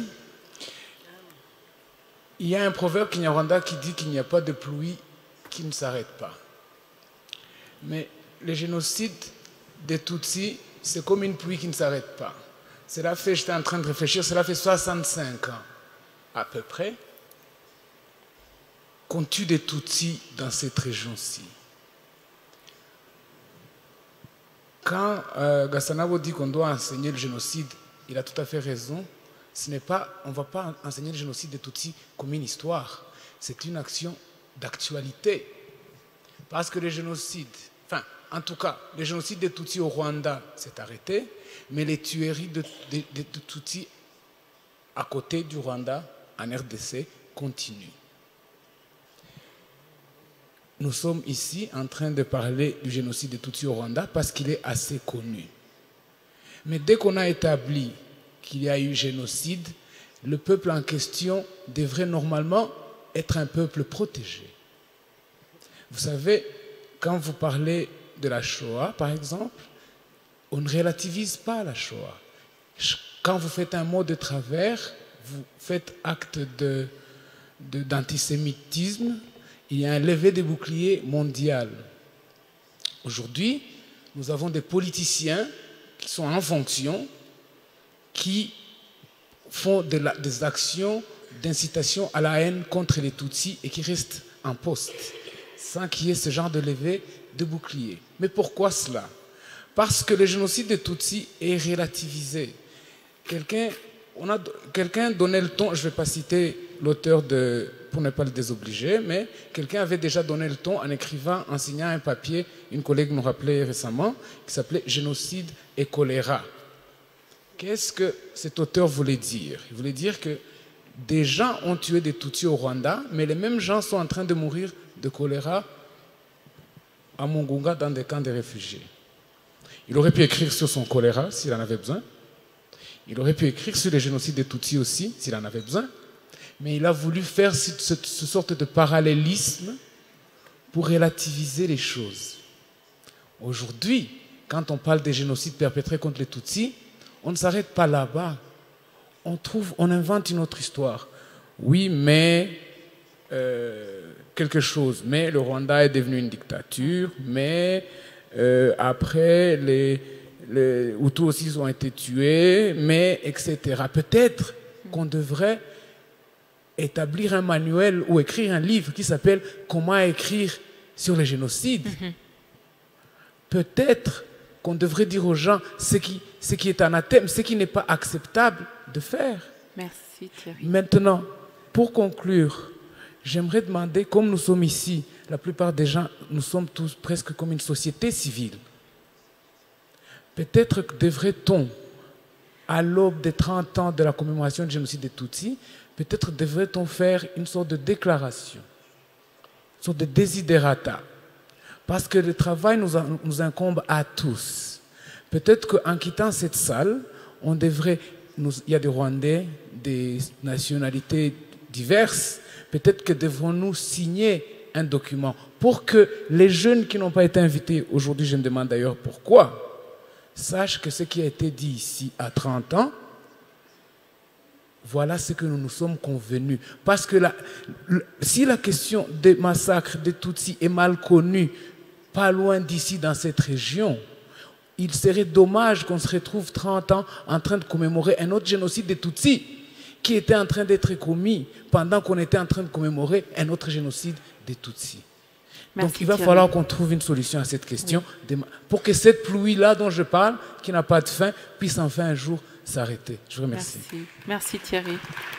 Merci pour cette belle idée. On peut se diriger vers la gauche cette fois-ci. Le protocole, s'il vous plaît. Je vois honorable ministre Sandrine vers devant, et puis monsieur Tom Dahiro, et puis on passera de ce côté-là. Allez-y. Merci aux conférenciers. Je voulais juste revenir sur un élément que Dr Gassanawa a mentionné tout à l'heure concernant l'importance de l'éducation aux jeunes. Alors, il y a quelques semaines, notre ministère donc, de la Jeunesse et des Arts a organisé un itorero avec Minobungi. On avait à peu près 300-400 jeunes qui représentent vraiment la réalité du Rwanda. C'est-à-dire qu'on avait des jeunes qui reviennent des forêts du Congo. Donc, vous comprenez que les parents font partie des FDLR qui luttent entre guillemets, au niveau du Congo. On a des enfants des jeunes donc, qui étaient des enfants de rescapés du génocide. On avait des jeunes dont les parents ont commis le génocide et des jeunes qui ne savent pas qui ils sont parce qu'ils ont été adoptés après le génocide, donc ils n'ont pas de connaissances très claires sur leurs origines.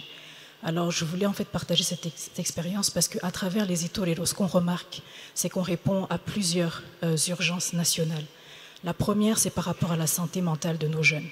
Bien qu'ils soient nés après le génocide ou qui étaient très jeunes pendant le génocide, ils portent encore le trauma parce qu'il y a cette culture du silence où les choses qu'on ne sait pas expliquer sont transférées à nos enfants de manière génétique ou pas. Le débat continue, mais elle est là. L'autre élément qui est très important, c'est la question donc, de cette éducation, de savoir ce qui s'est passé. La beauté de notre jeunesse d'aujourd'hui, c'est qu'elle n'est pas aussi complexée que notre génération à nous, la génération avant nous. C'est-à-dire qu'ils posent les questions comme elles sont. Et c'est à travers ces moments en fait, où on ne juge pas le jeune, on lui permet de s'exprimer librement, de poser la question qu'il veut poser, que nous arrivons donc à casser cette culture du silence, mais aussi à leur faire comprendre que ce qui s'est passé était un génocide, ce qui se passe en ce moment au Congo est un génocide, et que c'est leur devoir à eux de porter en fait cette flamme de la vérité, mais aussi de la dignité humaine, parce que je pense que oui, il y a la douleur de nos survivants, de nos rescapés, mais il y a aussi la douleur des enfants des génocidaires qui portent un fardeau qu'ils ne devraient pas porter aujourd'hui. Donc c'est vraiment un appel qui rejoint un peu ce que Gatete vient de dire, de vraiment miser sur la jeunesse de notre pays, la jeunesse africaine en général, parce qu'ils ne portent pas ce complexe que nous avons, ou les générations avant nous, et ils doivent connaître ce qui s'est passé. Donc il faut que nous trouvions le moyen de traduire toutes ces connaissances, tous ces articles qui ont été rédigés, parce que les jeunes d'aujourd'hui n'apprennent pas comme nous avons appris. C'est-à-dire qu'il faut trouver une manière de traduire toutes ces connaissances, les leur passer, parce qu'on voit qu'ils ont une envie de connaître ce qui s'est passé. Et je pense qu'à travers le leadership qu'on a en ce moment, ils ont aussi la confiance que ceux qui sont capables peuvent se réaliser. Et c'est, encore une fois, c'est un enjeu majeur et c'est le moment ou jamais, en fait, de soutenir cette jeunesse. Je vous remercie. Merci beaucoup, Honorable Sandrine, sur cette ouverture sur la perspective de la jeunesse. Nous avions Tom Dahiro. Thank you. When Dipakie spoke about denial, indifference, and racism, I thought about something which was written 14, 15 years ago in a book by Jean-Marie Vianney Ndagijimana in France, a country where production of literature of denial and justifying genocide is rampant. In that book, he makes a threat that if double genocide is not recognized, he says, and I quote, if the international community is not vigilant, risks driving the Rwandan people into a new apocalypse that will make the genocide of 1994 seem like a road accident. Take note, whenever these ideologues mention about Rwandan people, they mean Hutu.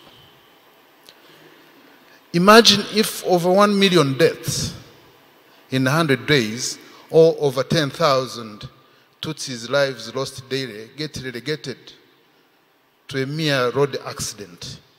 How many does the author think should have died or will be killed in his prophecy of doom? Ndagijimana's analogy, likening the genocide to a mere road accident, is not only profoundly insensitive of the magnitude of the atrocities committed, to suggest that the systematic slaughter of over 1 million people could be relegated to a realm of happenstance is to grossly trivialize the pain and suffering endured by the victim and survivors. It is a statement, please take note, that not only fails to acknowledge the horrors of the past, but also absolves the perpetrators of the heinous crime. Can he write? Do you think he can write the same about the Holocaust? This is a question for the panel and everyone around here. Thank you. Thank you. Thank you very much, Tom. So we have a last person there on the right, and then. Je vous remercie. Je remercie tous les panélistes. Ça a été très enrichissant ce qu'on a entendu. Mais j'ai une petite question, juste de curiosité, je crois, et qui ira directement à M. Dupaquier. Je pense que c'est lui qui a un peu dit ça. Vous avez précisément dit qu'on ne discute pas avec les négationnistes Et ça m'inquiète un tout petit peu. Pourquoi? Parce que moi, j'habite dans un pays où les négationnistes, ils poussent comme des champignons, à gauche, à droite. On a beau faire, on a beau parler, ils n'écoutent pas. C'est peut-être vrai parce qu'ils n'écoutent pas qu'on ne peut pas discuter avec eux. Mais qu'est-ce qu'on fait à la place alors? De toute façon, dans tous les pays du monde, inclus le Rwanda, on constate que les lois qui punissent la négation du génocide, en fait, qui est la 4e phase du génocide comme tel, ils n'écoutent pas. Et les lois sont extrêmement timides pour les punir. Si on les laisse faire, si on ne discute pas, si on ne fait pas ce qu'on doit faire, parce qu'on dit que à chaque fois qu'on frappe sur la même tête du même clou, on finit par l'enfoncer. On dit non, ça finira par être la vérité en général. Ils s'en prennent surtout. Alors, je vais vous donner un exemple. Moi, j'ai publié un livre qui s'appelle Rwanda 1994, les angoisses d'Adélaïde. Il est ici, vous allez le voir là. Et je parlais du viol justement qui a été question dans le débat de cet avant-midi.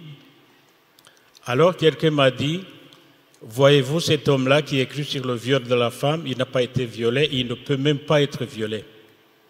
Et ça a été un sujet de débat partout dans les négationnistes du Canada. Et partout où je passais, on me disait, voilà l'homme qui a été violé. Mais pas parce que j'ai été violé, mais juste pour négocier, pour nier qu'il y a eu le viol contre la femme Tutsi. Alors, Monsieur Dupaquier, vous pensez qu'à la place de lutter contre ces gens-là, on fait quoi? Merci. Merci beaucoup. Alors, je vois une toute dernière personne qui a levé la main depuis vraiment très tôt, et puis comme on n'a pas beaucoup entendu de dame, j'aimerais bien lui donner la parole, s'il vous plaît. Just the lady in the back, yeah, that one.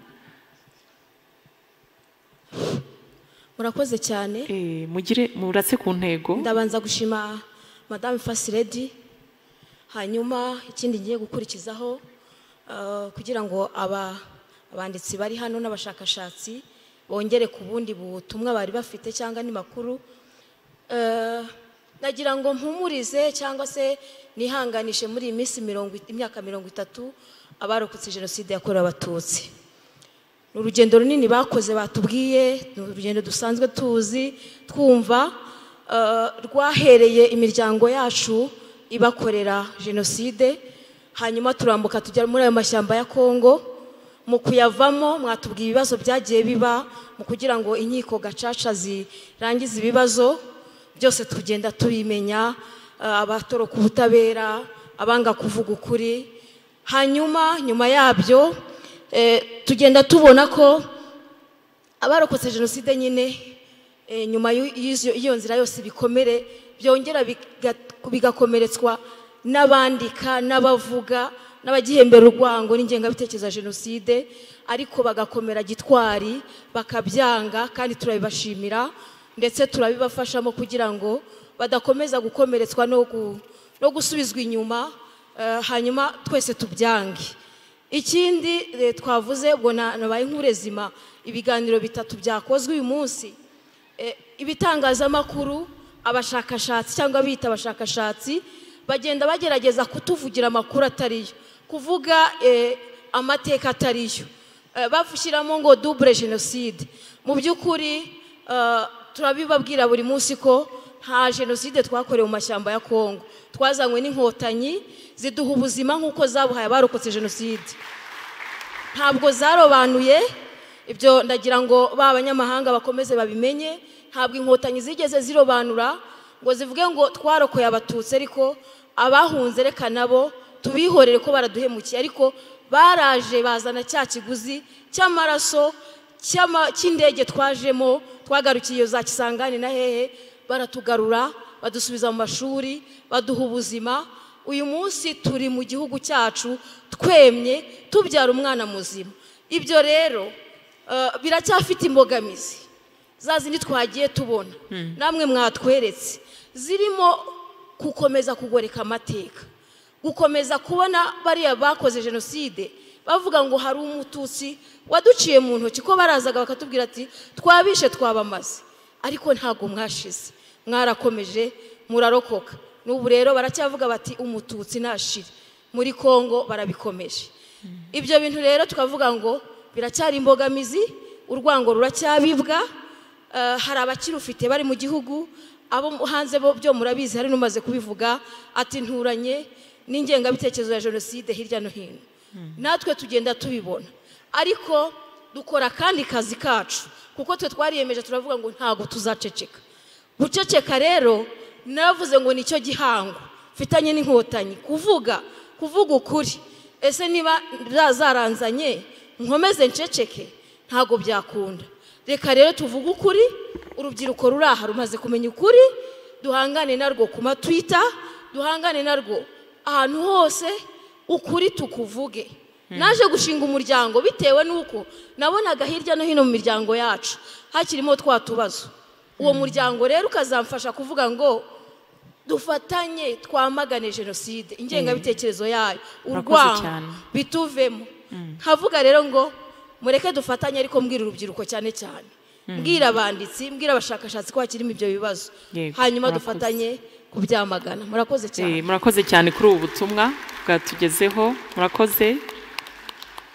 I would like to come back to the panel as we conclude with on a plusieurs questions vers Jean-François, donc je vous inviterai à parler en premier, mais comme vous n'aurez qu'une opportunité, j'aimerais en répondant aux questions, si vous pouviez aussi nous présenter votre perspective pour le futur.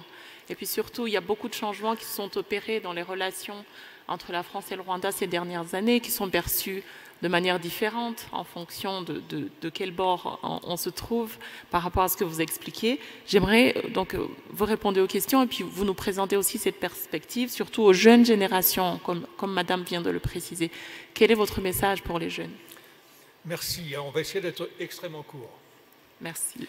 Je comprends que vous éprouviez une frustration quand je dis on ne discute pas avec les négationnistes, parce qu'on a envie de faire quelque chose. Mais je crois que peut-être je me suis mal exprimé. Le négationnisme est un arbre dont la racine principale est le racisme. On peut s'attaquer au racisme, on doit s'attaquer au racisme, mais s'en prendre directement au négationnisme, c'est prendre une échelle pour monter dans l'arbre et tomber. Voilà, je m'excuse de l'expression, elle est quand même, je crois, j'espère assez claire. Je voudrais répondre sur la culture du silence, parce que moi je suis choqué par cette expression. Je vais vous dire pourquoi. À une certaine époque, j'enquêtais sur le père Venceslas Muniechaka. Un jour, je vais interroger une femme, elle était dans la Sainte Famille pendant le génocide, une Tutsi, une très belle femme, deux très belles filles. Je me pose ma caméra et je lui dis, on commence, elle me dit non, il faut d'abord que je demande la permission à Muniechaka. C'était bien après le génocide. Ensuite, le chauffeur de taxi qui m'a emmené chez cette femme me dit, vous savez, Muniechaka m'a menacé, il m'a téléphoné, il a eu mon numéro, il m'a dit que je me mêle s'il me regarde. Et j'ai un autre témoin qui avait fait un très bon témoignage vidéo, il est revenu dessus parce qu'il a été menacé par Muniechaka ici, au Rwanda. Ça ne s'appelle pas la culture du silence, ça s'appelle la culture de l'impunité pour des gens qui sont réfugiés en France et qui font ce qu'ils veulent. Et ça, c'est vraiment scandaleux. Alors, sur cette singularité de la souffrance des Tutsis qu'on entend si bien, on la comprend, elle est légitime, mais ça n'est pas la bonne voie. La bonne voie, c'est de montrer que votre souffrance est universelle.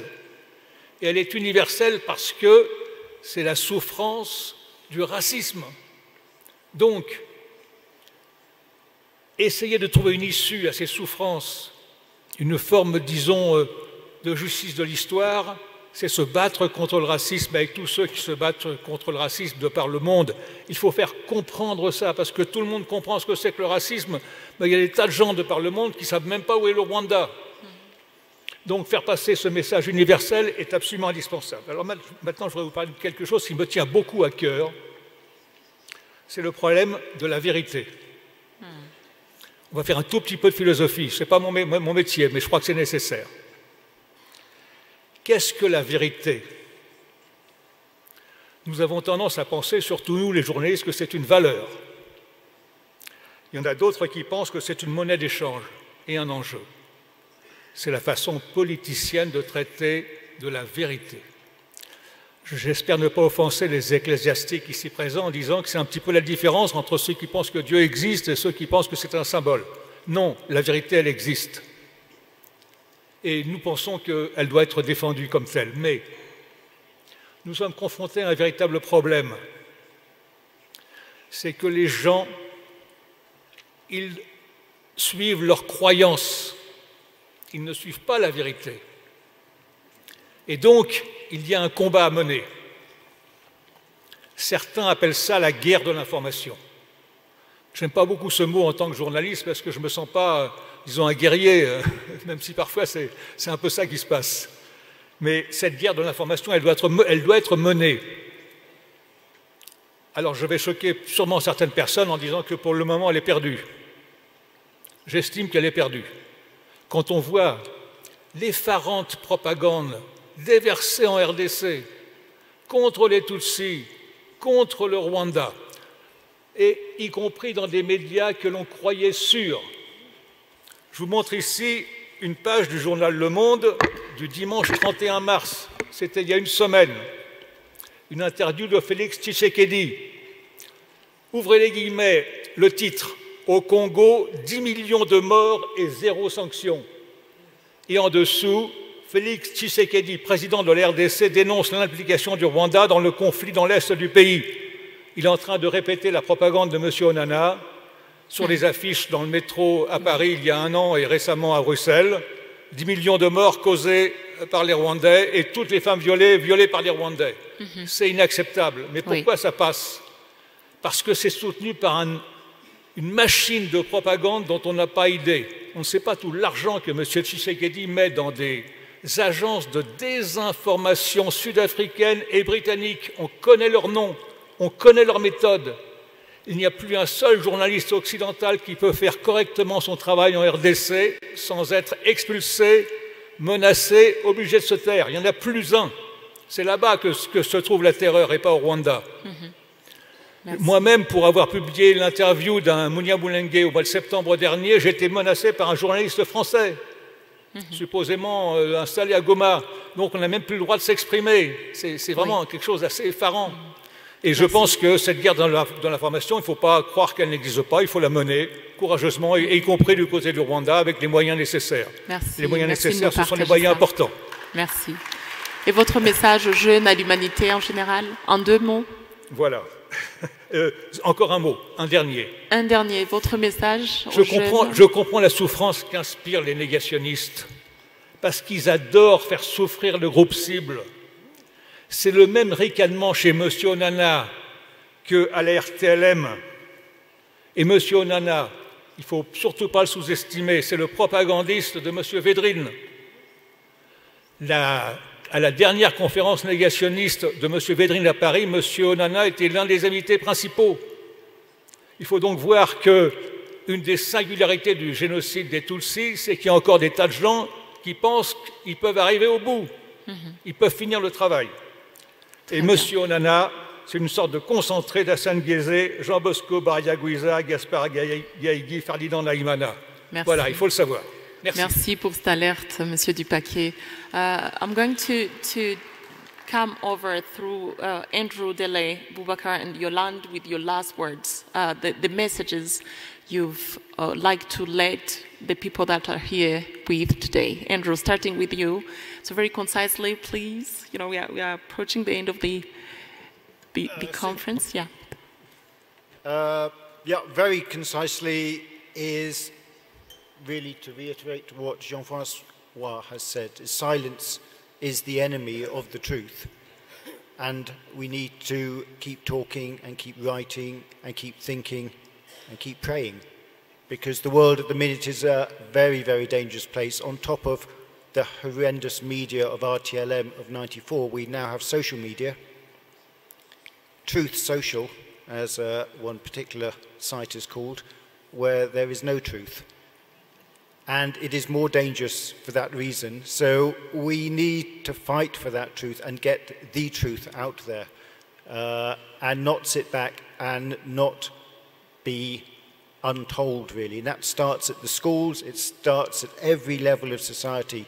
You know, every time you read something in the paper from Jean-François or in the New Times or the Kinyarwanda publications or on YouTube or whatever, every time you're making that hit, you're reading it, you're responding to it, you're commenting on it, you are keeping alive the truth.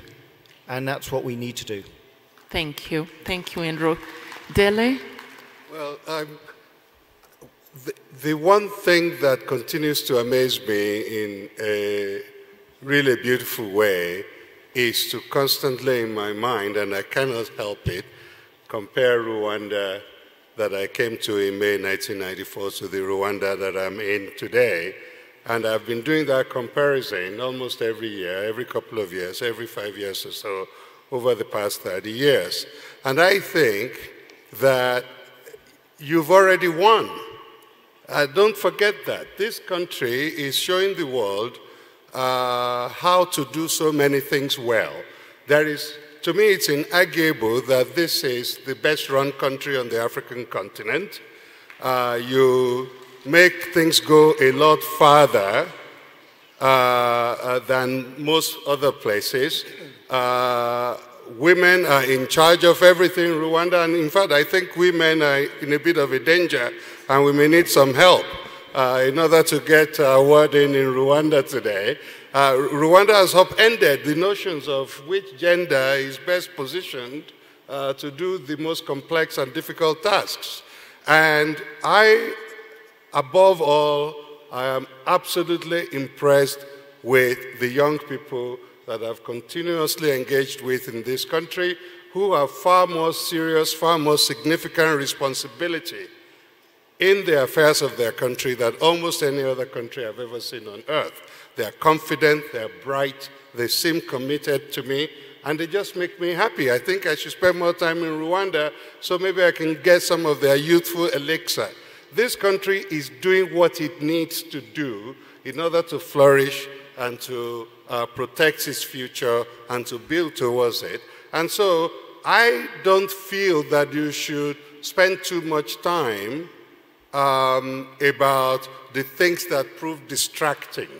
Because as the eminent South African jurist Albie Sachs put it, the soft vengeance of those who have survived a horrific event is in succeeding against the odds, and you're already doing that. So I don't want you to leave this all thinking that there is some kind of siege that is descending on Rwanda, because that's not what I feel here. I feel liberated when I come here. I feel energized, and I'm very proud of, personally, not as a journalist, but as a human being, very proud of the kind of strides that have been made in this country. That's my own takeaway. Thank you, Dele, for the positive energy. Boubacar, à votre tour, un dernier mot pour la fin. Alors, il y a eu beaucoup d'interventions, mais moi je vais me concentrer sur comment finalement au Sénégal et dans les autres pays africains que je connais, on voit le génocide. Tout d'abord, le génocide, quand il a lieu en 1994, je pense que, bon, tout le monde l'a dit, c'est dans l'indifférence des peuples africains, faute d'information. Mais cette année, ça correspond aussi avec le sommet de l'OUA en juin, au cœur des tueries, à Tunis. Hein. Et ce n'est pas dans l'ordre du jour de cette rencontre de Tunis, et c'est le gouvernement intérimaire qui représente le Rwanda, alors que son armée est déjà quasi en déroute. Alors, à l'occasion de ce sommet, c'est Gérard Prunier qui raconte ça dans son livre. Mandela a dit, si nous ne faisons rien pour protéger les victimes Tutsi au Rwanda, l'histoire le retiendra contre nous. Et moi, Nelson Mandela, président élu d'Afrique du Sud, je vais envoyer des troupes au Rwanda. C'est toujours Prunier qui raconte. Et là, Pludier était membre du Conseil international du Parti socialiste français. C'était un peu leur conseiller sur certaines questions en Afrique. Et dès qu'à l'Élysée et au Quai d'Orsay, on apprend que Mandela a parlé d'envoyer des troupes, ils ont dit pas question.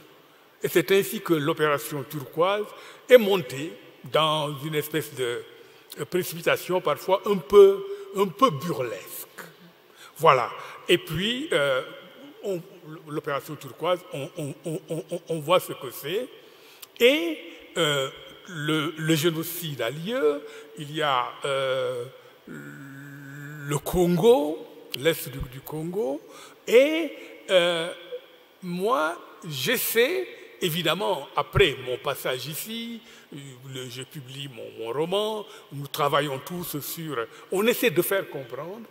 Et moi, lorsque je parle avec les gens, j'ai quand même l'impression que ça ne les intéresse pas plus que cela.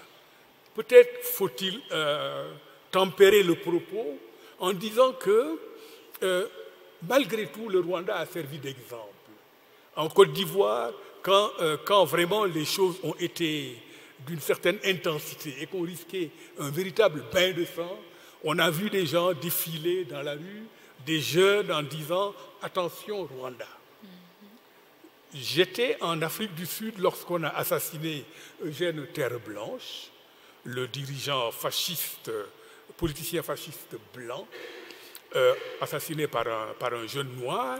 Et j'ai entendu à la radio des gens dire, et donc il y avait un moment de tension, des gens dire « Attention, au Rwanda aussi, c'est parti de rien ».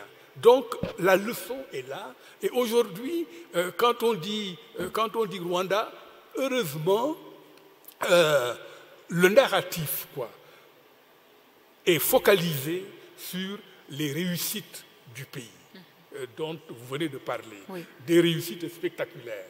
Et donc les gens, ils aiment bien ce pays.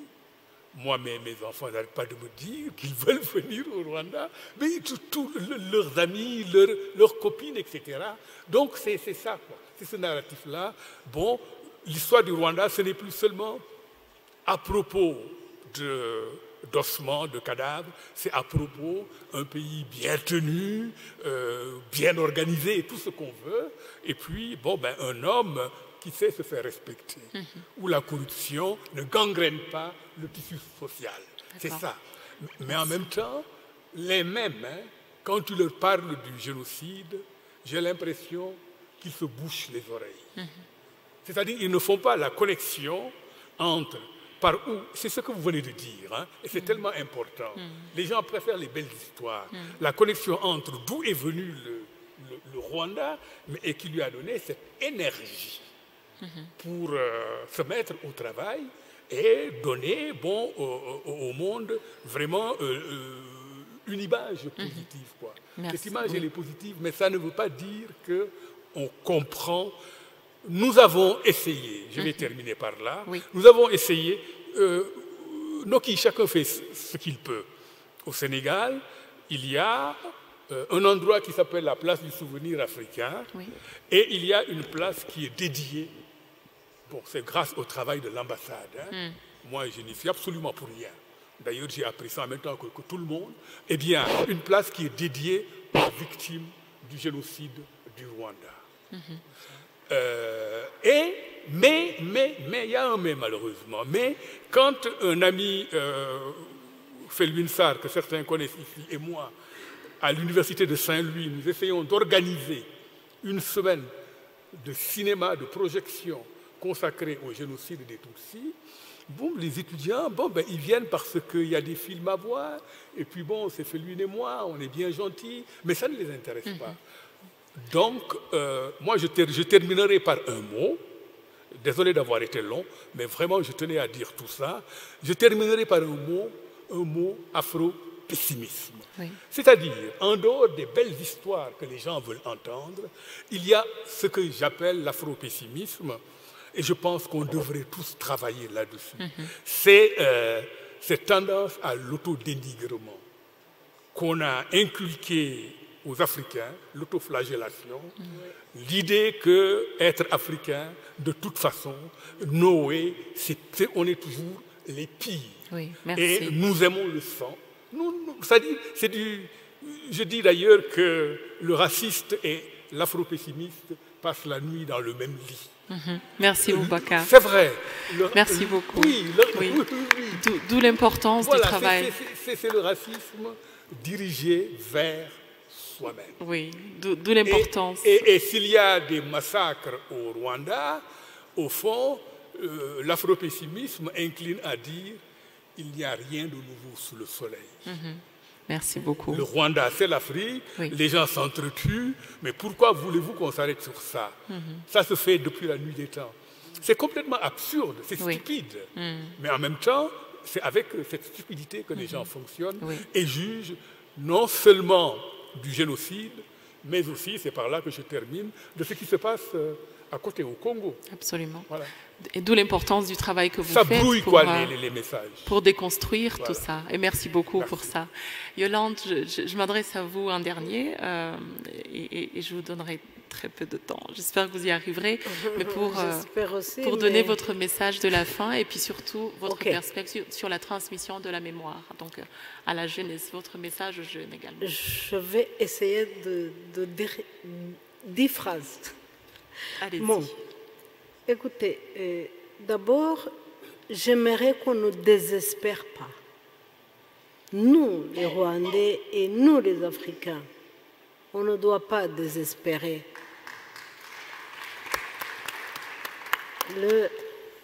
Un génocide, c'est la pire des choses parce que c'est un acte de destruction qui détruit la victime et le bourreau, qui détruit jusqu'aux générations des uns des autres.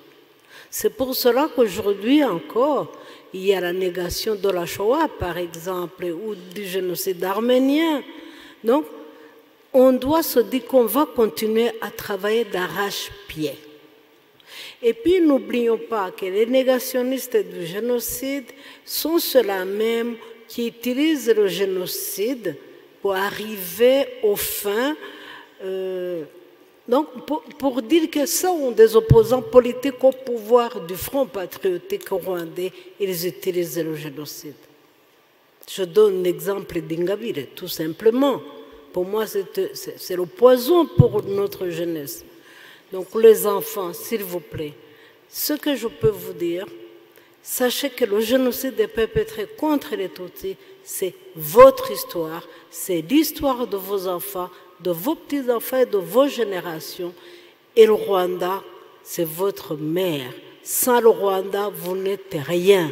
Travaillons dur pour ça. Merci. Merci beaucoup, Yolande. Merci infiniment. Je prends l'opportunité de vous remercier à tous, chers panélistes. Je remercie également l'audience pour votre attention. Thank you so much for your attention, for your rich contributions. And I'll now give back the floor to the MC. Thank you.